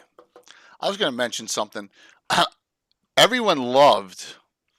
I'll be very cryptic. Everyone loved the last week's topic. Mm-hmm. So much so, it's on secondhand on YouTube. That video Okay. has surpassed normally what Ed's videos do. Ed's videos get Oh a certain amount. wow. It's I mean even surpassed that. I put posts for 3 days all over the place on a lot of groups, except one group specifically to Greyhawk on Facebook, which scrubbed them. That's all I'll say. Okay. You guys can extrapolate where that was. All right, so let's do some shout outs here, Anna, and then we'll talk. Yeah. I'd say 52. Yeah, we're good. We're good. Oh yeah, we're good. We're good. Okay. So the latest I posted today, I posted it this morning, is a list of new heraldry. Oh, nice. Yep. That is 16 new shields, or there is some old and new variants. So Oh there's man. about a dozen new shields. It's a little bit of a diverse bunch, so to speak. There's a couple of dwarven ones, Blackhammer and Kund clans up in the Yatils. And then Exag, the city of Exag. And another one that I didn't realize was so cool, that was Ulmt. That speaking of, there's a lot of bad stuff in Living Greyhawk. Ulmt and the description of Ulmt is one of the jewels in that's so much cool stuff in written about the it's a free city in up in Hey, the Lucha. in the Yatils in the Worm's Tail Pass. That is an old flan, still the old flan. They hold on to their old flan tradition, and they have a lyre, and out there have a temple of Alitur is their Oh, main cool. thing, and sacred to Alitur, and a lyre was in their history, so to speak, that was used back in the day. So I made the city symbol on the shield a combination of a lyre and Alitur with the clasped hands. And so that was really cool. But I have to say to all AI haters, I used AI to make the part of I've made like 30 different versions of them. I merged them in Photoshop and stuff like that. But I used it for concepting on that one. Uh, so so, uh, so that is yep. So that one, and also Prince Siege shield from Age of Worms is in the list there too. Oh, really? And yep. And I kind of like the design from the Age of Worms campaign, which I think was really cool. And there's a couple of other ones from S4 or sorry, S3, I think, or Age. There's one that's from Old English, the cross one. That's pretty Yeah, funny. the cross one is from S2. I just put it in there because someone might make use of it. I I don't think I like it. will use it in my campaign, but it was from Tomb of Horrors. But there was also one from Return of the Eight that I think is an interesting one. That is a symbol that you have an eagle or a hawk or a bird with spread wings, a bird of prey, a raptor, so to speak, and then you have the up and down V with 3 dots in it and stuff. That was probably just a cool design that made it onto the Return of the Eight. I don't think there was any particular Greyhawk with that heraldry, but I redesigned it slightly. So I took the bird or the hawk from the crest of the great from Greyhawk. So then I made it say that this is the sergeant of the watch, their shields. And then I realized that, but the red and the blue doesn't really fit in. But then I realized that early on in its history, the city of Greyhawk was part of the viceroyalty of Ferron before it became independent. And the viceroyalty of Ferron have the red and the blue.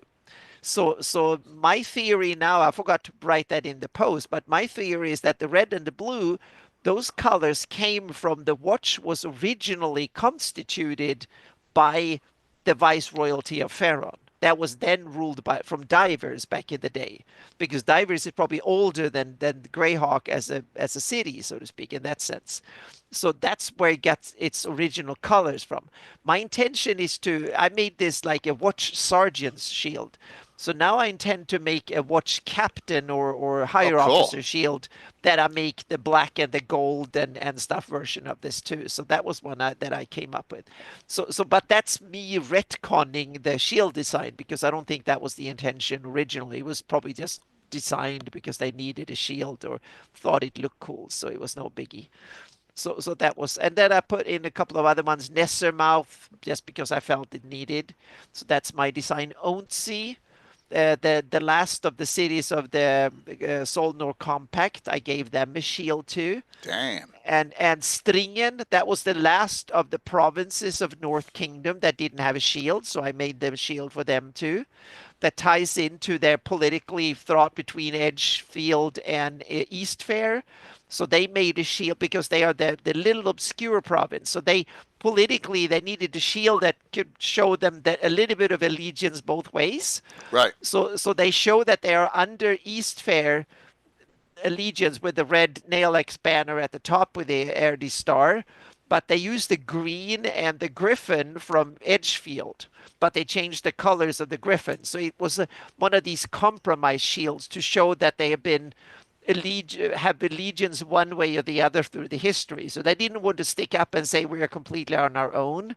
So that was one of these politically compromised shields for that province. Thanks, Orska. So that's how I try to make heraldry that kind of makes sense politically, because they are like political statements in a way. The same thing with Auncy, that has the least the least of these big Solnor complex, meaning the Rel Astra is the big one, so to speak, but even Roland and the other ones are more famous, whatever. So Auncy, they just went with a very run-of-the-mill airy design, but you can see the sun is rising from in the east. It's rising star from the ocean, and you have these little signs saying that it's infinity water and go there and explore kind of thing. That's these little runes at the top. So if you know the runes, you can understand it means the Solnor, and therefore it's a sunrise. So it's a rising city, but they didn't want to be pompous and declare anything. So they went very basic, so to speak. So yeah. That's funny, Gary. So these are some of the designs. And also Uragern, that is a barony in Eastern Furuundi in my campaign, they are the ones that harbor the Critwall Bridge. And that's the one that is depicted on the on the yeah. So that's another one. That's what they're famous for, most famous for. So Nice. that's yeah. These are some of the things, so to speak. And Exag, that I use the old flan shield shape, so to speak, because they are a city, a very old city.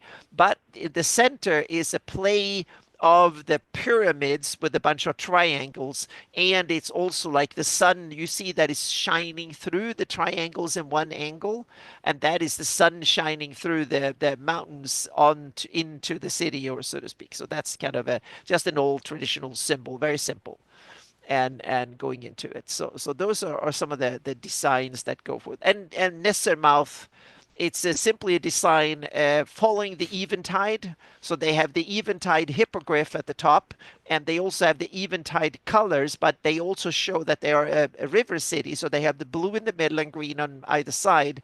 And they also wanted to show that they are an old Oridian town, and trade and prosperity is their thing. That's why they have the three golden dots, so to speak, just like city of Greyhawk and other cities. It's one of these Oridian trade town kind of prosperity symbols.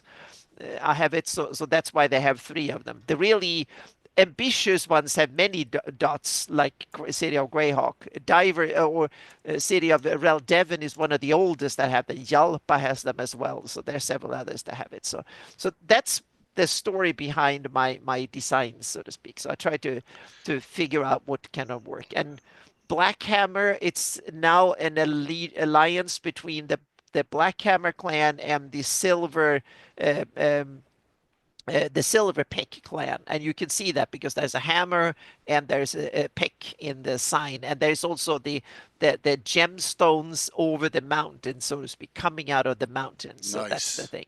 And the Kund clan, that the design is a mixture of the anvil of Moradin and an axe head, so to speak. So it's like both. It's both a symbol of Moradin's anvil and an axe head. Works. So it's somebody in between. So yeah. Nice.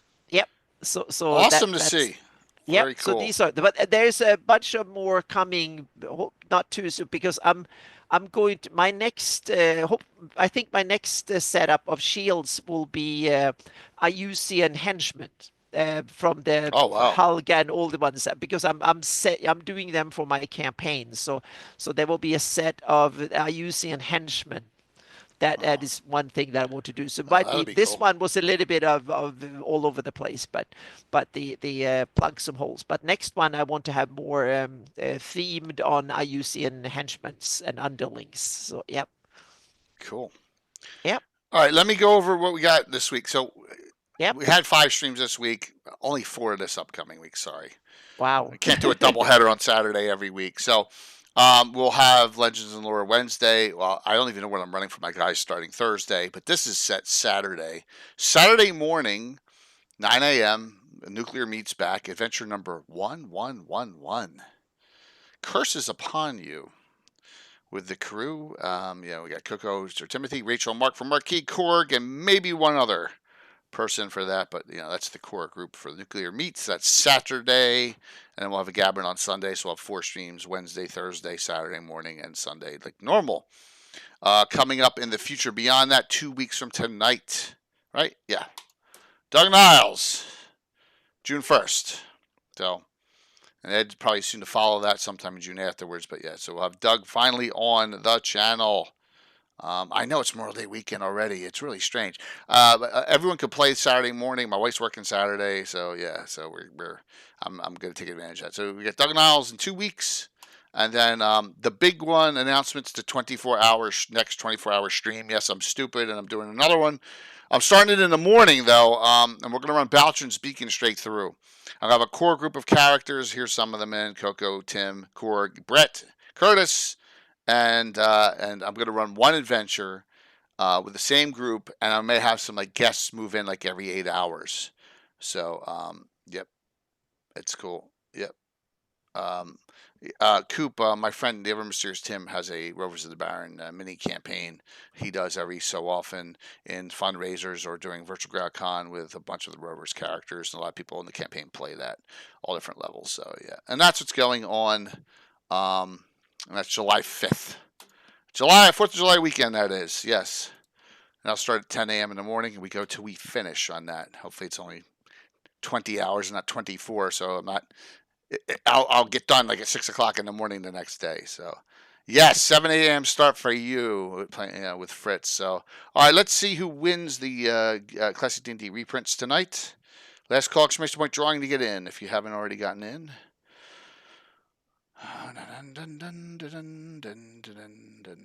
Okay, I'm going to, here we go. Let's see who wins tonight. Closing it out. Winner. That's Sadness. Oh, Alien, you just missed. You guys missed it. I waited. That's Sadness. You are in. Good. I know you've gotten some stuff in there recently. I guess we'll give you some modules, right? Just let me know if there's anything you have already. Yeah, I know you already had the Gazetteer. I know that was it. But I got plenty of adventure modules for you. So yeah, we got something to give you. I may even have a Scarlet Brotherhood down there or a Marklands down there too, if you're interested in either one of those. So let me know if you have those. They're really great reference books. And by the way, we will do a top reference guide, Greyhawk reference guide of all time one, end of summer. That was already discussed last Sunday, and we'll have some of the same people in to rate them all for that. All right, good. I got you in Marklands. Cool. Perfect. I think I do have one. All right, so Anna, thank you. Great show. Oh, thank you. I'm glad I got home just in time. So or it would have been really late, but I got here. Yeah. So we're gonna rate into Darling tonight, like we normally do. On yes, thanks Curtis, and thank you for GMing yesterday at noon in the Champions game. That was a lot of fun, and we had a great time last night with Ed and 2 Drink Minimum, and we'll just keep things rolling this week coming up. So see you all Wednesday night, and keep on gaming. I'm gonna hit a wrong button here probably. Yep. Oh, I did it this time. You haven't hit the wrong button. Not too many. Not too many. This new Stream Deck's a little more organized. Yeah. So, Raiden and Darling here. So everyone say hello.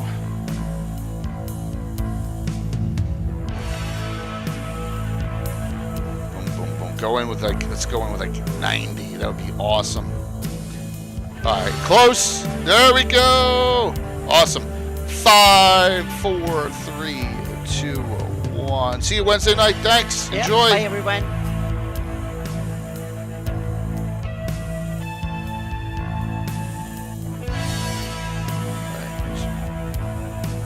Cool. 93. That's good numbers. Yeah, it is.